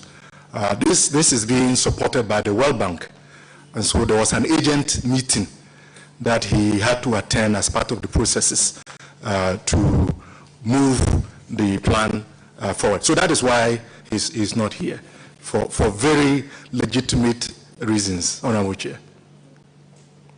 Thank you very much. So let's go on. You saw that, let me state that if it's children throwing stones at a mango tree, it's only that it's ripe. If it's not ripe, no child will do that. You know, in those days, you know, in the north, we'll be throwing stones over the wall to get a mango. So if you see them making comments, be rest assured, if you are doing a good job, they'll throw stones at you. So you see those comments. So we'll go straight to the question. On 27th of November 2025, Honorable Dr. Fred Che Asamoah, Offensive North MPP, asked the Minister of Education a simple question. And Honorable Deputy Minister, let me read the question to you.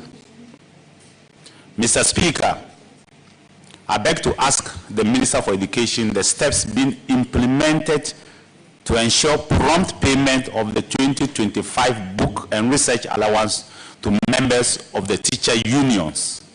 Column 28. Full stop.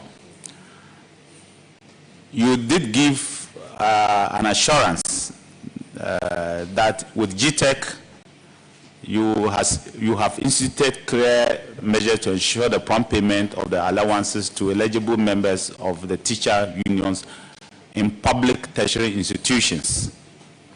We want to know whether this has been done for 2025, what steps you are taking to do that for 2026, and if there are difficulties, what are they? If there are no difficulties, we'll pat you at the back. Honorable Deputy Minister, so take it up. Your teachers are listening to you clearly and carefully. Thank you. Grateful, Honorable Chair. Honorable Chair, as you know, I'm a teacher myself in my previous endeavors.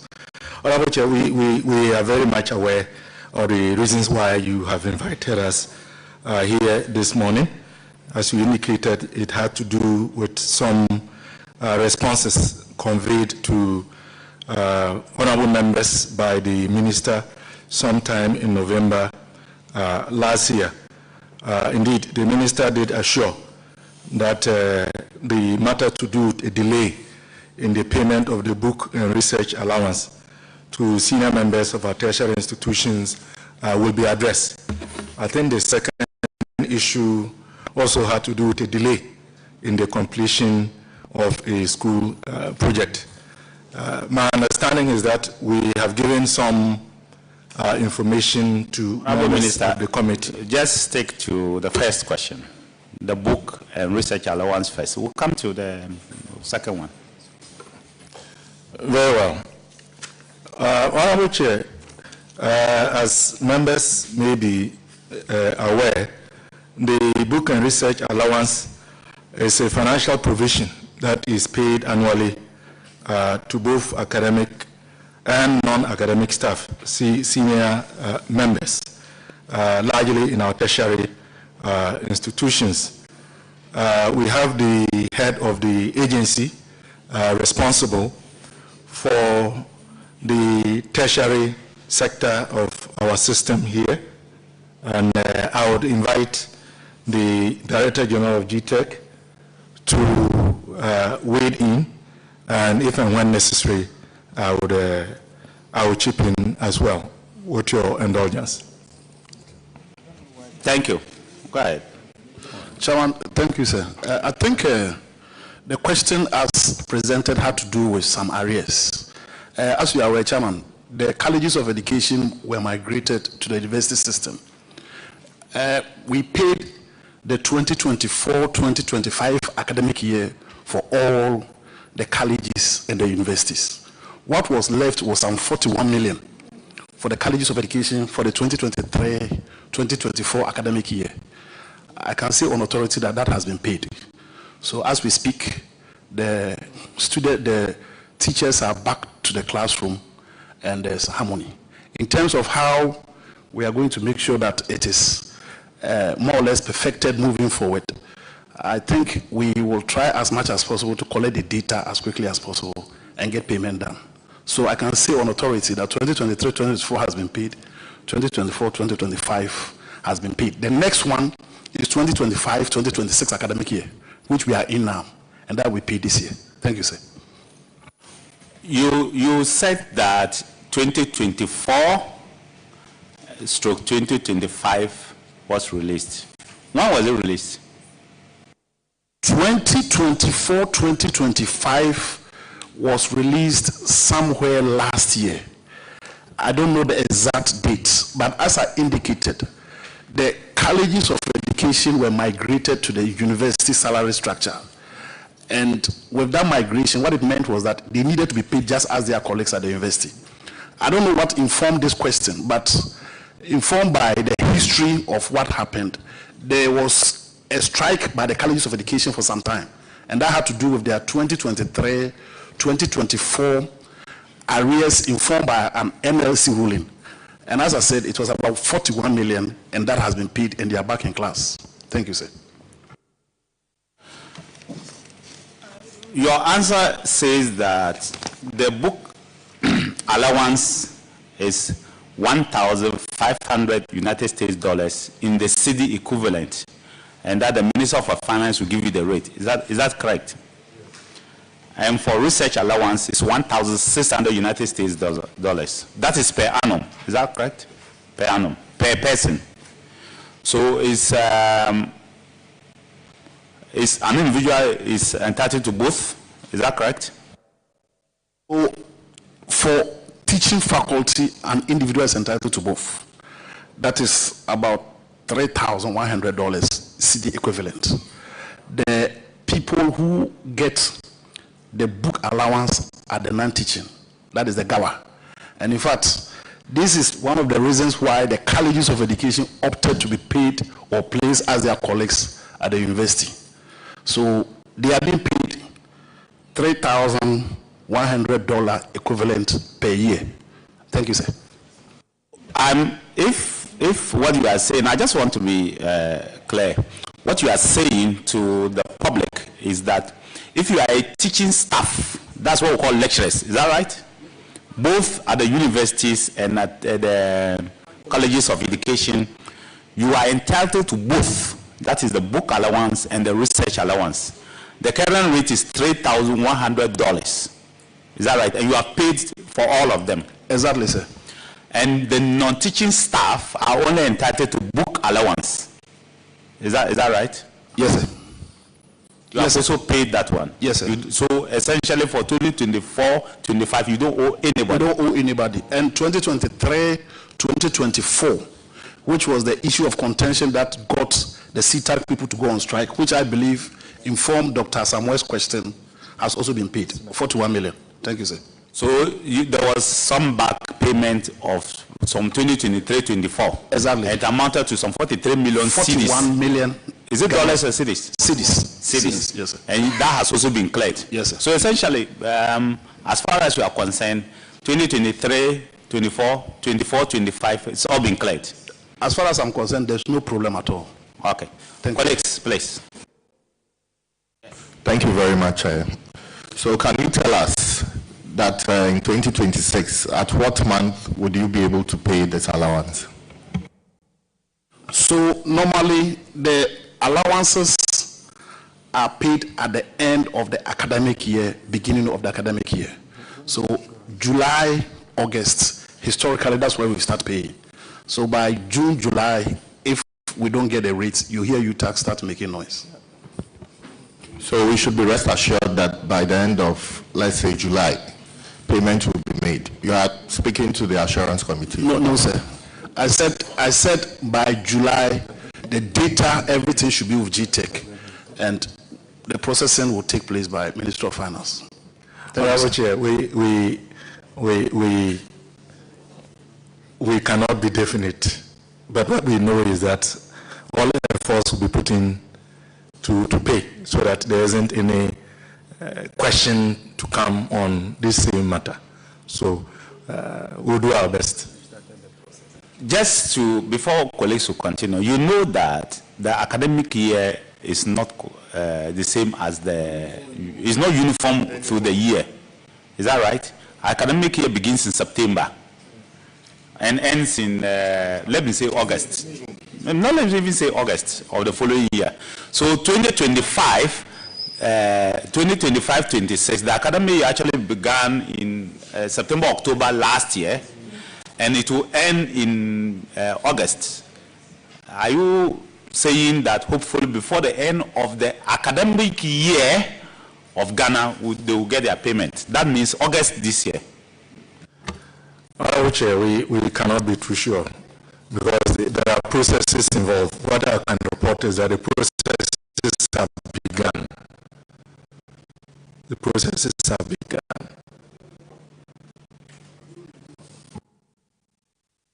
Yes. Thank you. Thank you, Honorable Chair. Mr. Minister, I'm too much impressed with the level of payment, especially for the 2023-24, on the 27th November 2025, you said there is, to quote you, there's a clear, the ministry has instituted clear measures to ensure the prompt payment of allowance to eligible members of the teacher unions in the public tertiary institutions. And my question is on clear measures. I want to believe there is a clear measures in the ministry, because other than that, the 23-24 and the 24-25 couldn't have been paid. We were expecting to hear maybe it has not been paid or part has been paid, but you could hear clearly that it has been paid fully. And as indicated by my good friend and brother, Professor Jinapo, all has been paid. Can you take us through the clear measures such that we can sleep and have an assurance that there's a clear categorical measures in the Ministry of Education to ensure prompt payment of these monies as indicated in your response on the 27th of November 2025? Grateful. So, Honorable Minister, the question had to do with clear measures. I believe you have an answer. So go through it and let's see. Honorable Chair, I am grateful to the Honorable Member for the question. In terms of the clear measures or plans put in place, the ministry would usually have to request for the exchange rate for the computation of the allowances from the Ministry of Finance, usually immediately after the appropriations bill is passed by Parliament. In fact, this year, for example, the request was made in February 2026 to the Ministry of Finance. However, we are yet to receive the rates from Ministry of Finance, as we understand that they are also engaging the Bank of Ghana. And I think it will make sense because we are paying them the CD equivalent of the dollars.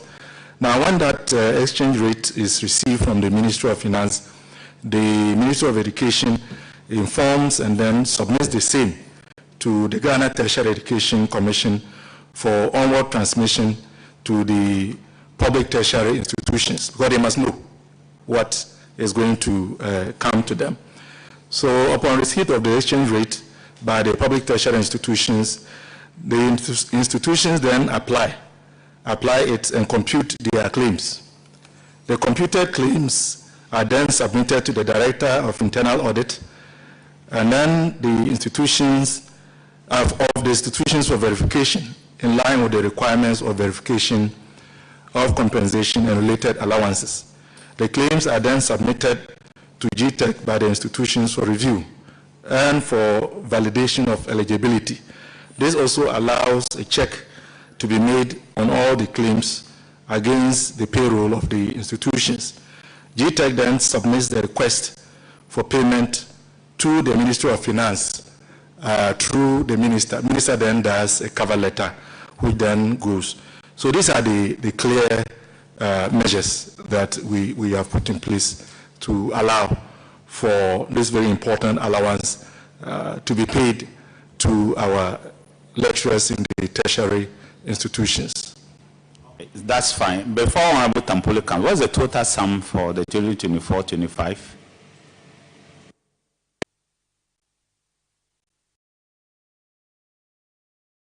Yeah, 2024-25 is 610,550,637 Ghana cedis, 59 pesos.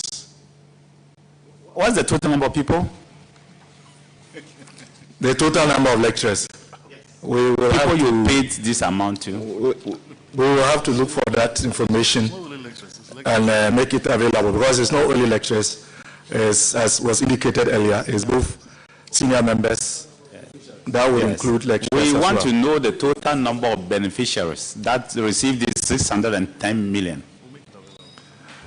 Honorable Chair, this is a House of Records, and because we don't have those figures offhand, I would plead with the Honorable Chair to allow us to provide the right and accurate data. Yeah, a member of Parliament, get that record for us. It's very important. We want to know the total. We'll report it, the total number of beneficiaries. For the 2024-25, yes, that will be reported adequately. Honorable Tampole.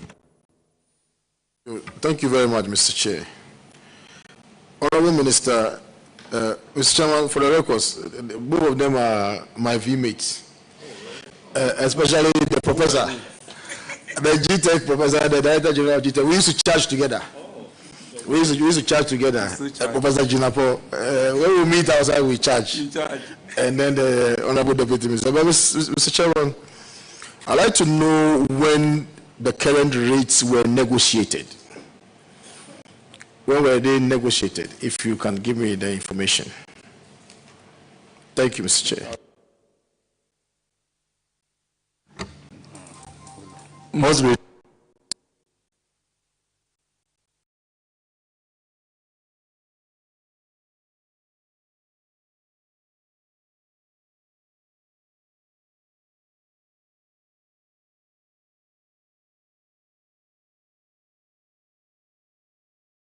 Honorable Chair, let me invite the Director General of GTech to respond. So, Honorable Chair, as my minister indicated, the exchange rate is determined by the Bank of Ghana. And mostly, I think it's a computation of an average of rates. Because normally when they give the rates, it doesn't normally reflect the rate as at that time. So they will give us the rates, then we communicate to the institutions that this is the rate that is given, and they should use it to compute. And it will interest you to know that even as at the time that the money is hitting the account of the recipient, the rate may be different. So if you ask me how the rate is calculated, I wouldn't be able to speak to it. Thank you, sir. Thank you, Mr. Chair. Maybe I have to rephrase. So like the $1,500 is locked in, it cast in concrete. And how long has that figure, been applied? So the $1,500 was negotiated somewhere in 2023 between UTAG and government. Initially, the rate was pegged in cedis. And UTAG said because of the volatility of the cedi relative to the dollar, let's peg it at what? The dollar. So government agreed. So today, if the dollar to cedi is 1:1, they'll be paid 1. If it is 17, they'll be paid 70. But as I indicated, it's the Bank of the Ministry of Finance that determines the rate. Thank you, sir. Thank you, Mr. Chair. So I have two follow-up questions.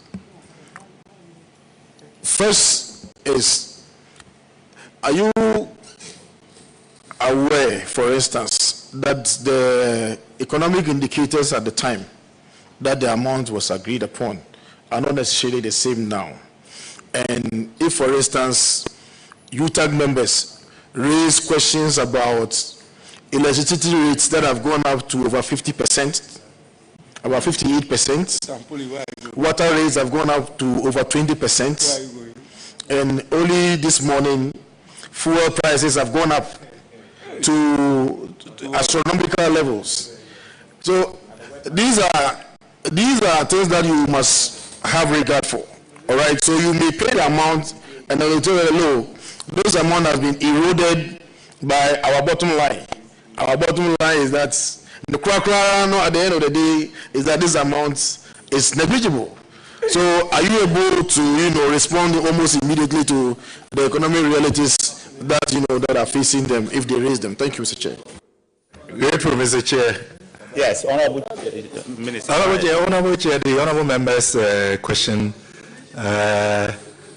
is very tempting, but I will try to keep it short and avoid its intricacies and intended outcome. Honorable Chair, the rates for the book and research allowance are designated in dollars rightly because of the volatility in our cedi. And as a former lecturer who has benefited from this allowance myself, I can tell you the reason why UTAG at the time fought that it should be denominated in dollars is because we procure most of our books and research material from external sources. And because those subscriptions are usually done in dollars, we felt that having the book and research allowance paid to us in the dollar equivalent would insulate lecturers from the ups and downs, disparities in the city. So for a short answer, for the same reasons that the honorable member asked his question, is the same reason why the rate is designated in dollars. So the answer is in the question itself. I'm grateful. Yes, so honorable members, we'll go to the last question. The minister has assured us that all payments have been made to everybody. All beneficiaries have received their allowances, even including the CTAC people who went on strike because of the 2023-2024 allowances, which they rightly felt was, yes, it's been resolved. I hope that we don't hear counter arguments because you are on oath. So we'll go to the last question, Honorable Minister. The last question was asked by Honorable Collins Adumako Mensah, if he just Kwabre North MPP member. And his question was also a very simple question. I beg to ask the Minister for Education when the Get Fund sponsored classroom block at St. Michael's Senior High School at Ahinko will be completed, column 32. The Minister says that it's committed to completing the ongoing project. Accordingly, the Get Fund formula provides for the allocation of fund and that. But you assure the House that the Ministry is committed to completing the ongoing project, especially that particular one. We want to know what are your comments about this? Grateful, Honorable Chair. Honorable Chair, in this 2026 Get Fund formula that the House passed not long ago, an allocation of 500 million Ghana cedis was made for the completion of ongoing projects in our senior high schools. Mr. Chair, prior to that, the Get Fund and the Ministry were in touch with the supervising regional consultant, and indeed we received validated cost to complete ongoing projects generally stalled, because we know there are many. This is among many others. The Ministry has since received financial clearance amounting to 243,579 Ghana cedis, 211 and 73 pesos, representing the first batch of 145 number senior high school projects for completion in this year. So the selected projects clearly would be submitted to the entity tender committee of the Ministry for contracts to be amended accordingly. According to the information available, the contract amendment for the construction of this particular 12-unit classroom block at Ahinkro will be part of the second batch of validated projects to be completed following the clearance, financial clearance from Get Fund. So yes, what the Minister has assured would be done. Thank you, colleagues. So this is a constituency-specific question. The Minister is saying that 243.5 million, roughly 233.6 million cities has been released to them because they've gotten financial clearance for that, for 145 senior high school projects to be completed in 2026, which is the first batch. Our colleagues' school, St. Michael's Senior High, will be captured in the second phase. That's what the Minister is saying. So, Honorable Minister, when do you intend to get the financial clearance for the second phase? No, when do you expect the financial clearance for the second phase? When do you expect?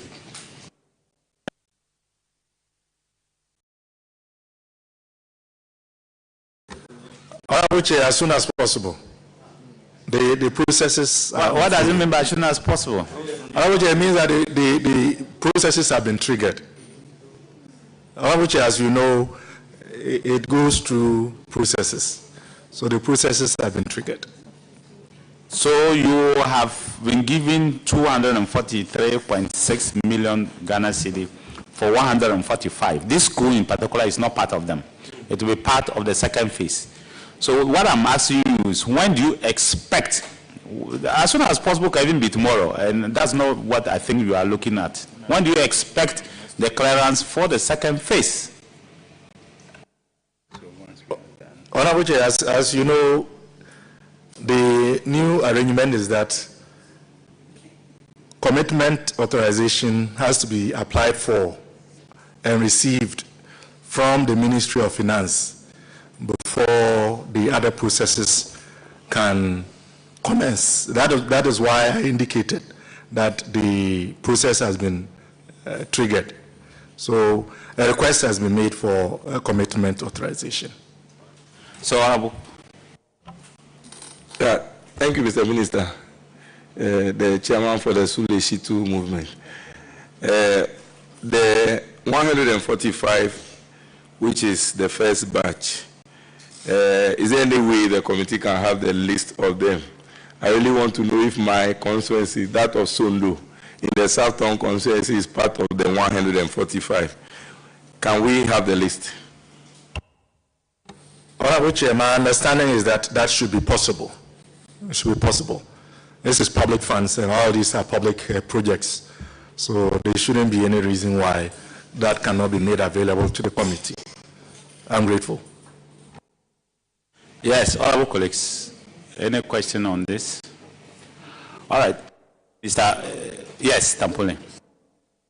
Thank you, Mr. Chair.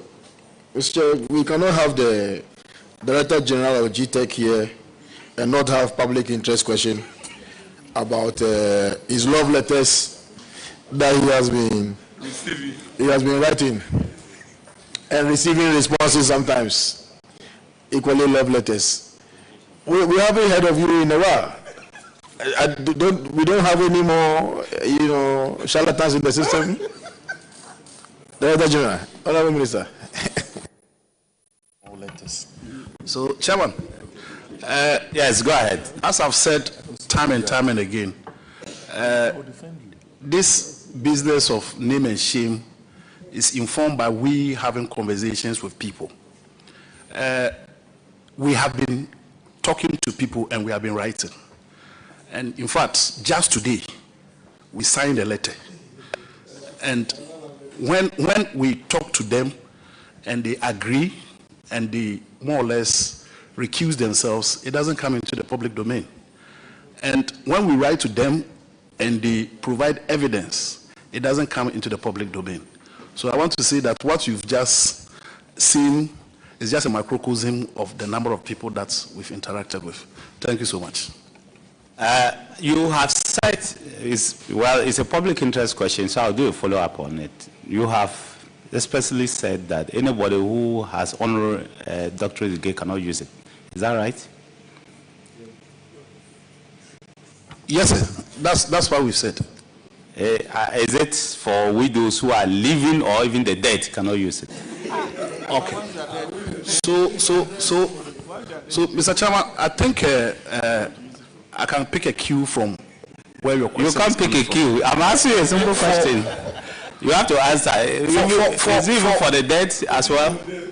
Okay, so Chairman, what we say is, when people are given honorary doctorate and they use it in a manner that more or less looks as if that person is Dr. Clement Apak, then it becomes misleading. So if you are given an honorary doctorate and I see you, oh, Dr. Tampuli, then he says, oh, how are you? And he doesn't sign. There's no problem. And you attest to the fact that based on this exercise that we took, Mr. Chairman, the data points to the fact that people are not going in for the honorary doctorates. In fact, this year, we are doing a scientific research to determine institutions that are giving honorary doctorates. Just find out, only one public institution has given honorary doctorates, which is UMAT, to Ibrahim Mahama. Previously, almost every institution was just giving honorary doctorate. But now people are not interested because they cannot use it. Those who are proper doctors, let them use it. Those who are not, they shouldn't go in for it. Thank you, sir. Mr. Chairman, will you come for somebody like Azuma Nelson, who says he's a professor? Would you come for him? Because we've been addressing him and they write his name and so on and so forth. But he's a professor in boxing. I mean, sometimes I think that some of the titles are not necessarily, portraying the person as a book professor. But the person is saying that, look, I'm an expert in this area. To the equivalent of a professor, I can be a professor in mechanics, all right? You understand what I'm saying? So I think that some of them, they're supposed to be light-hearted, or you don't think that there's any gray area? We should pursue everybody. This I have to wade in. The issue is not that persons who are given honorary degrees cannot use them. It's the context. If you don't sign it, if you don't insist at public gatherings that you should be addressed as a doctor or a professor, then there is no issue. But if you insist at every opportune time that you ought to be addressed as a doctor because you have an honorary degree, then there is a problem to that effect. Essentially, you are defrauding the public. It is a matter of insincerity. And honorable member, you see, those of us who have... Yeah, listen to you, just speak. Those of us who have legitimately earned our PhDs, we can tell you that it is no walk in the park. There is good reason why many of us are wearing glasses. The hours of study and research and sleepless nights cannot be quantified. Many colleagues have lost their wives as a result of the many hours of research and being buried, and the books lost their partners and their families are even in disarray. And so we take it very seriously, and we want to encourage everyone to earn it. If you want it, earn it. If you don't earn it, you don't have the right to insist that it should be assigned to you in the public space. So for Azuma Nelson, we all know he's a professor, and he demonstrated that when he taught that Australian a very good lesson. But I don't recall Azuma Nelson signing anywhere that he's professor, and I've never heard him insist, like others we know in public space, that address me as a doctor. So should we stop using the title doctor for maybe former heads of states who may not have earned it academically? Well, you notice that just a few days ago, His Excellency the President was honored at a university in South Korea with an honorary doctorate. I've never heard him use it. He won't use it. And many of the other heads of state that you refer to, I've never heard them use it or insist that it should be used. So the issue has to do with what the beneficiary of the honorary degree seeks to do with that honorary title. And when you go beyond acceptable boundaries, that is where GTech comes in. Honorable Chair, we have a challenge in the world these days. We have situations where persons have procured some degrees online. It's not even honorary degrees. From some mushroom schools that don't even exist. And then they try to use that to hoodwink employers and other members of society. And Honorable Chair, you know that we are a society that values credentials. And so even such credentials can be used for fraudulent and criminal activity. Dr. UN. And Honorable Chair, for example. Honorable, I just answer a very straight question. I asked you a question because we all grew up knowing Dr. Kwame Nkrumah, every one of us. If we were to find out that he did not get it, it was an honorary degree, are you suggesting that we should take it off him? That's all I'm asking. Honorable Chair, we call him Dr. Kwame Nkrumah. I grew up calling him Dr. Kwame Nkrumah. I don't remember Kwame Nkrumah telling me to call him Dr. Kwame Nkrumah. So he cannot be faulted. I am calling him Dr. Kwame Nkrumah. That is my response. Mr. Chairman. No, he wants to answer. Mr. Chairman. No, wait. Let him. Wait. Oh. Please go ahead, Chairman. Dr. Janap. So I think Parliament, based on our Act 1023, gave GTEC the mandate to determine the use of such titles. So GTEC can say that if you have an honorary doctorate, you can use it at a point in time. I say this because at the time that Kwame Nkrumah was given honorary doctorate, maybe nobody was even interested in finding out whether it was honorary or it was even proper for him to use it. What we are saying is that in this particular dispensation, there is a seeming abuse of the use of such titles to the extent that, as Honorable Tampuli said, people today are being given honorary professor. Honorary professor. We never knew about that. People today are given certificate that I have seen. You are awarded an academic degree, professor in. It's a rank. So if President Mahama today is giving honorary doctorate and he says he's not going to use it, it is reflective of the dispensation that we find ourselves now. And Nkrumah then, maybe if he was alive today, he would say he wouldn't use it. So all we are saying is that if you are given honorary doctorate, do not use it. Thank you, sir. Thank you. Yes, Honorable Tampuli. Mr. Chairman, I think that this matter has been answered in our Constitution. Public interest. It has been answered in our Constitution. If you go to Article 107B, it says that laws passed by Parliament or any other institution cannot have retrospective effects. All right? Now, when this law was passed, I don't think that Dr. Nkrumah, was alive. You understand? And there are a lot, and in fact, it doesn't apply only to Dr. Kwame Nkrumah. It should apply to any other person who had earned his honorary, title prior to the promulgation of the Act.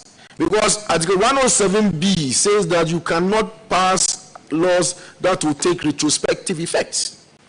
And so we must be guided by this. So our laws are only prospective in nature and not retrospective. Listen, you will answer. So what the honorable member is suggesting is if we go by the constitutional provision, everybody who has been calling himself doctor and professor should continue calling themselves doctor and professor. And new ones, no problem, but the old ones, they should continue calling themselves. Is that your case? Is that your stand? Honorable Chair, that will take a bit of research, but I believe they know themselves. What I can say is that the regulator takes this matter very seriously because it's truly of grave concern. And I know that the conversation we are confining it to honorary degrees, which is the case, but we are having serious challenges in the academic arena, as I was indicating earlier. People go and buy PhDs from mushroom universities in the Eastern Bloc, and then before you know, they are lecturers. Some of them are even registered. And we've encountered a few very unpleasant situations like that. They are polluting the academic environment. They are a nuisance to society. These are criminals. In fact, they should be prosecuted. I mean, it's a serious issue. Honorable Deputy Minister, that's a strong word. Well, but let me give you some example. There was a lawyer in Kenya who won all his 26 cases. A lawyer. He won all the cases, even some at the Kenya Supreme Court, but he never went to law school. He was a fake lawyer, but he won every case that came his way. Is he a criminal? Yes, because he may have won all the cases, but that doesn't make it right with regards to what he did. But anyway, I can understand the... Are you also aware that when they took him to court, he won the case again? Anyway, but Honorable Chair, just for the records, Honorable Member talked about earning honorary degrees. They are not earned. That is precisely the problem. The PhDs that are earned, we don't have a problem with that. Those that are awarded, you don't earn it, it is awarded. The institution decides that Hassan Tampuli is a good model citizen, he's done a lot of good, or maybe he has supported the institution or university to do something big, and therefore we want to recognize him. Then the award him an honorary degree. So that's Honorable Minister, we would thank you, but Professor Jinapo, next time when you catch them, ask them to write chapter 1 to 3 of their PhD thesis, and you will pass them. Simple. And also, the MPs, and I don't know whether assemblymen or MPs are part, but I know MPs are suffering. Everybody calls himself honorable. So maybe you will fight that one for the MPs as well. Minister, some people have even said we should go after allergies. That one is outside our mandate. We only deal with academic titles. So honorable is not within our jurisdiction. Thank you, sir. Honorable Deputy Minister. Honorable Chair, in that case, we will have to also add the reverends and prophets and bishops. Because we will have to find out whether they truly have the credentials to take up those titles. But that's on a lighter note, Honorable Chair. Anyway, so we have a lot of professional bishop, doctor, something, all over in the country. Maybe we'll have to, but I think there's a good thing. We should allow people to earn titles. Otherwise, there will not be any motivation to sit and learn and then produce people who have earned PhD degrees. I mean, terminal degrees like a PhD, they should earn it. And not somebody will go and pay some 5,000. I think I was, in my 8 years as minister, I was offered 3 times to pay $5,000 and collect PhD. 3 different universities, and I rejected all of them. Because I didn't earn it. So why should I be calling myself doctor when I'm not? If I want it, I'll go to a classroom and learn. And then earn it. Otherwise, I'm not interested in going to pay $5,000 and pick up a PhD title, a doctor title, and then I'll be calling myself doctor. Then what is the motivation for my child to earn a PhD? Nothing. I think I want to congratulate you on that. So, Honorable Minister. Yes. There's just a last bit I wanted to add, especially those who go on radio selling herbal medicines. No, seriously. And the old ladies and the old men, once they hear them, they believe that they are medical doctors. And they are lured into buying their medications. And it's a serious one. You are fighting the big fishes at this level. But what about those at the grass? Who control? Is it the Food and Drugs Board or whichever? Medical and Dental Council. They should go after these ones as well. Because seriously, that's my headache. They come to radio and doctor this, doctor that, doctor this, Dr. Pani and all those other ones. So we have to chase after those as well. Honorable Chair, the Honorable Member has raised a matter of serious public concern. And I think he's right, because people are influenced by titles. I mean, when you hear Dr. So-so-and-so, Dr. So-so-and-so, the inclination is that this is somebody who knows what they are about, and the product they are selling is legitimate and has passed through the needed processes.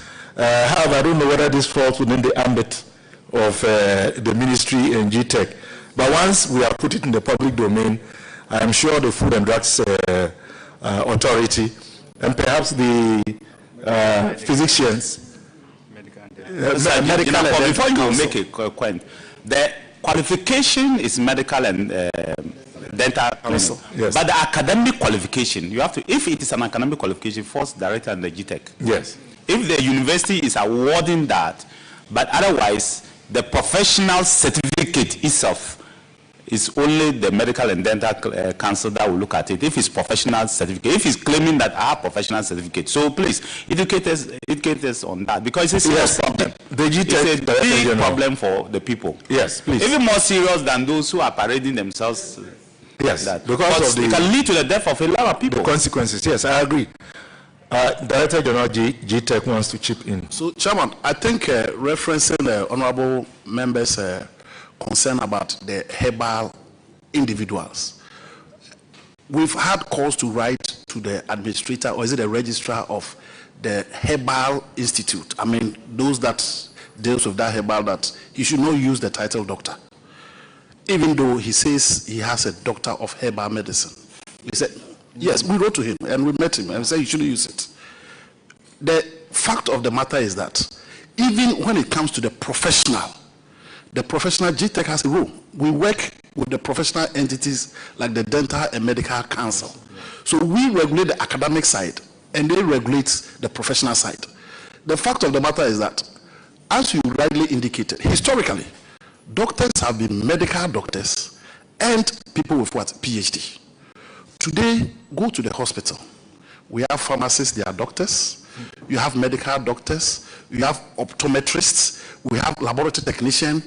We have herbal medicine. So it becomes a problem. So if somebody says that he's a doctor, it is very difficult for you to distinguish between who is a PhD holder or who is what? A medical doctor. The truth of the matter is that this crusade seems to be yielding some results. We are not saying people should not use the title. But at the end of the day, if you are using it, you should be rightly identified as that. I can tell you on authority that there are instances whereby we've had people who happen to say they are lawyers and we checked and they have some problems with their originating certificates. Because we are rightly informed that for people who come from the UK, you need to go through a certain program before you post call. And this information comes from people within the same profession. So if today we are talking about people with PhD, tomorrow we'll be talking about people with what? With law degree. And I always say that even first degree, if you don't have a first degree and you present yourself as somebody who has a BSc in chemistry, it is criminal. So we are dealing with the terminal degree. We'll come to the masters and we'll come to the first degree to, if not tomorrow, you see me parading myself as Honorable Amejinapo, MP for Yapi Kosogo, when I'm not the one. So I think this is a crusade that we all have to work together to. Thank you so much. Mr. Minister, we are saying that you have our full support. When you title yourself Dr. Ahmed Jinapo, if you are PhD, you put PhD. So everybody knows that it's academic. If you are Dr. Medical, is there? Everybody knows that you have, you are a doctor in medicine. Everybody knows that. You've trained for 6-7 years and you're a doctor in medicine. What we are saying is, if I decide to mix concoctions, right, and say that these my concoctions can heal 10 different illness, kwashiorkor can heal, cold can heal, this can heal, hernia can heal, sexual, the one that attracts them is the sexual weaknesses, that one. Then you put the thing like this, then it can spiritual effect, about 10 different things. And then I titled myself as Dr. Dominic Nitu, selling this. And people are rushing because they believe that once you are a doctor, you know what you are about. That's what we're asking. That if you work with the medical and data claim, you stop such people. They are deceiving the public and it's creating problems for all of us, right? After that, you can begin to look at the others. But those people, if you don't gone to medical school, some of them have actually gone to medical school and they are real doctors. That's okay. But if you've not gone to medical school to earn the title doctor, don't use it. That's what we are saying. If you use it, you prosecute them. We have taken this suggestion in good faith, for good reason. I think we all agree that is for the collective good of the country. If we can rein in such fraudulent characters because of the many potential implications, we would explore that. We will explore that to see how we can work through GTEC and the Medical and Dental Council and other appropriate stakeholders to make sure that we rein them in. So we are grateful for the suggestion. All right, so Honorable Minister, you are discharged, but you have a question? Really? Okay, he's the last person, please. Thank you very much. Prof, you're welcome. Prof, I'm excited. No. Prof is the one versed with the knowledge on the matter I want to ask. Against the backdrop that the president during campaign said that it was not okay to take PhD or to be given honorary degree, but went to South Korea to receive one. Prof, what would you advise us? Should we be taking such honorary degrees? Chawa, I will defer to my able honorable deputy minister to speak to this issue, sir. Thank you. Grateful, Honorable Chair. The Honorable Member's question is one that we subtly responded to earlier on, but since he has repeated it, I will respond. The President was awarded. He didn't go to ask for it, as far as I know. And once he didn't ask for it, I don't think there should be any qualms about that. He was awarded, and as a gentleman as he is, I don't think it would have been appropriate for him to say no. I think thank you very much. Is it your case that he did not ask for it? Are you saying someone asked for it? And did you know that the President said that the best thing to do is to take such honorary awards when you are no more in office? Well, this is not an award that was given to him by a Ghanaian institution of higher learning. And so I don't see why there should be any difficulty with regards to the President receiving. Remember that he is in Korea on official duties. It is a state visit. And it is not unusual for visiting presidents to be recognized by the host state. So I think that is within the context in which we have to view the degree awarded the President, honorary degree awarded to the President.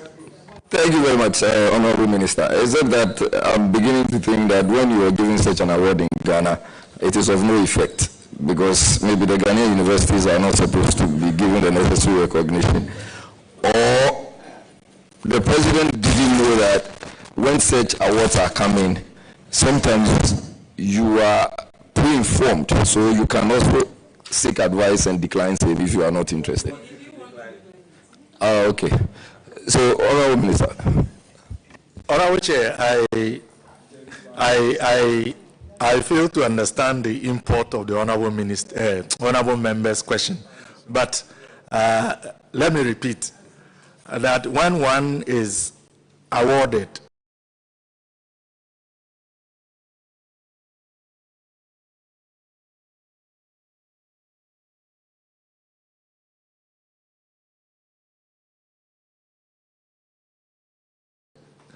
recognized and awarded an honorary degree within the context of what we know happened in the case of the President, it is only proper for him not to turn it down. That doesn't mean that honorary degrees awarded by Ghanaian universities are of less value. In any case, and I don't expect that the President will be using the honorary degree conferred. Thank you very much. I just wanted some clarity on those contradictions. Sometimes they seem like walking contradiction, but Speaker, Chair, thank you. So, Honorable Minister, as I said, you are discharged. Thank you for the eloquent answers that your team has given us. We'll follow up on some of the things that we are looking for. The timeline, some of the timelines that you have given us, will follow up.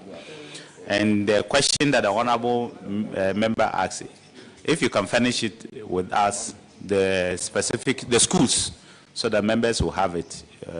In fact, we need it not if you can. We make sure you furnish us with that information, the Secretariat with that information. And also, you know the protocol when you are meeting members of a committee. Make sure that you ensure that all that protocol is done and done speedily. Thank you very much. Honorable Chair, we want to express our sincerest gratitude to you on behalf of the Minister and the members of the committee. This has been a very exciting engagement, and we are all the better for it. Your committee has a very important role to play to ensure that we meet our obligations to the people of Ghana. With the list, we will make sure that we make it available. We are always ready to respond to invitations by your August committee. We are grateful. Thank you very much. All right, you are discharged.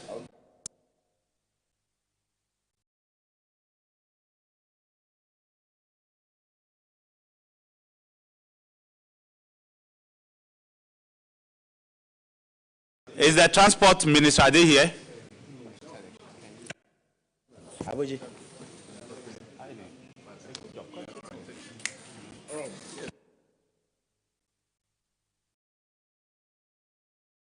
Now whether the transport they are ready.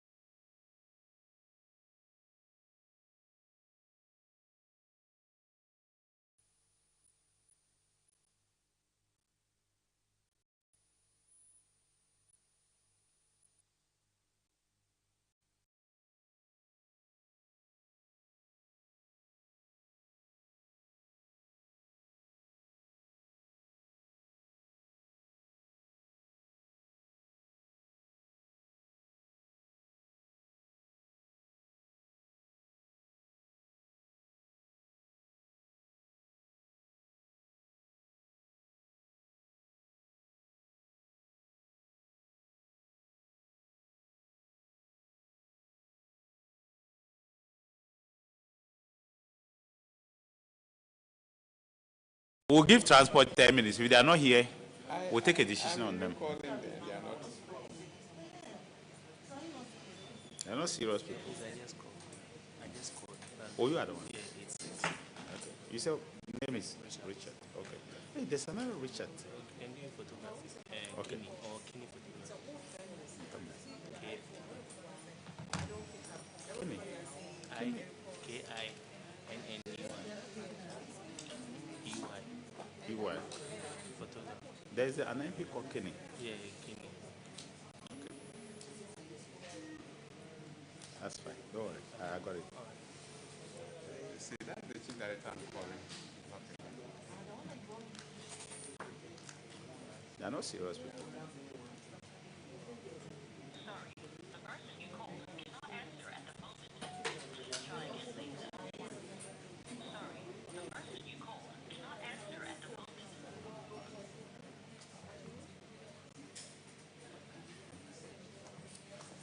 Hey. How are you? I'm good. They've moved you from our committee. Yes.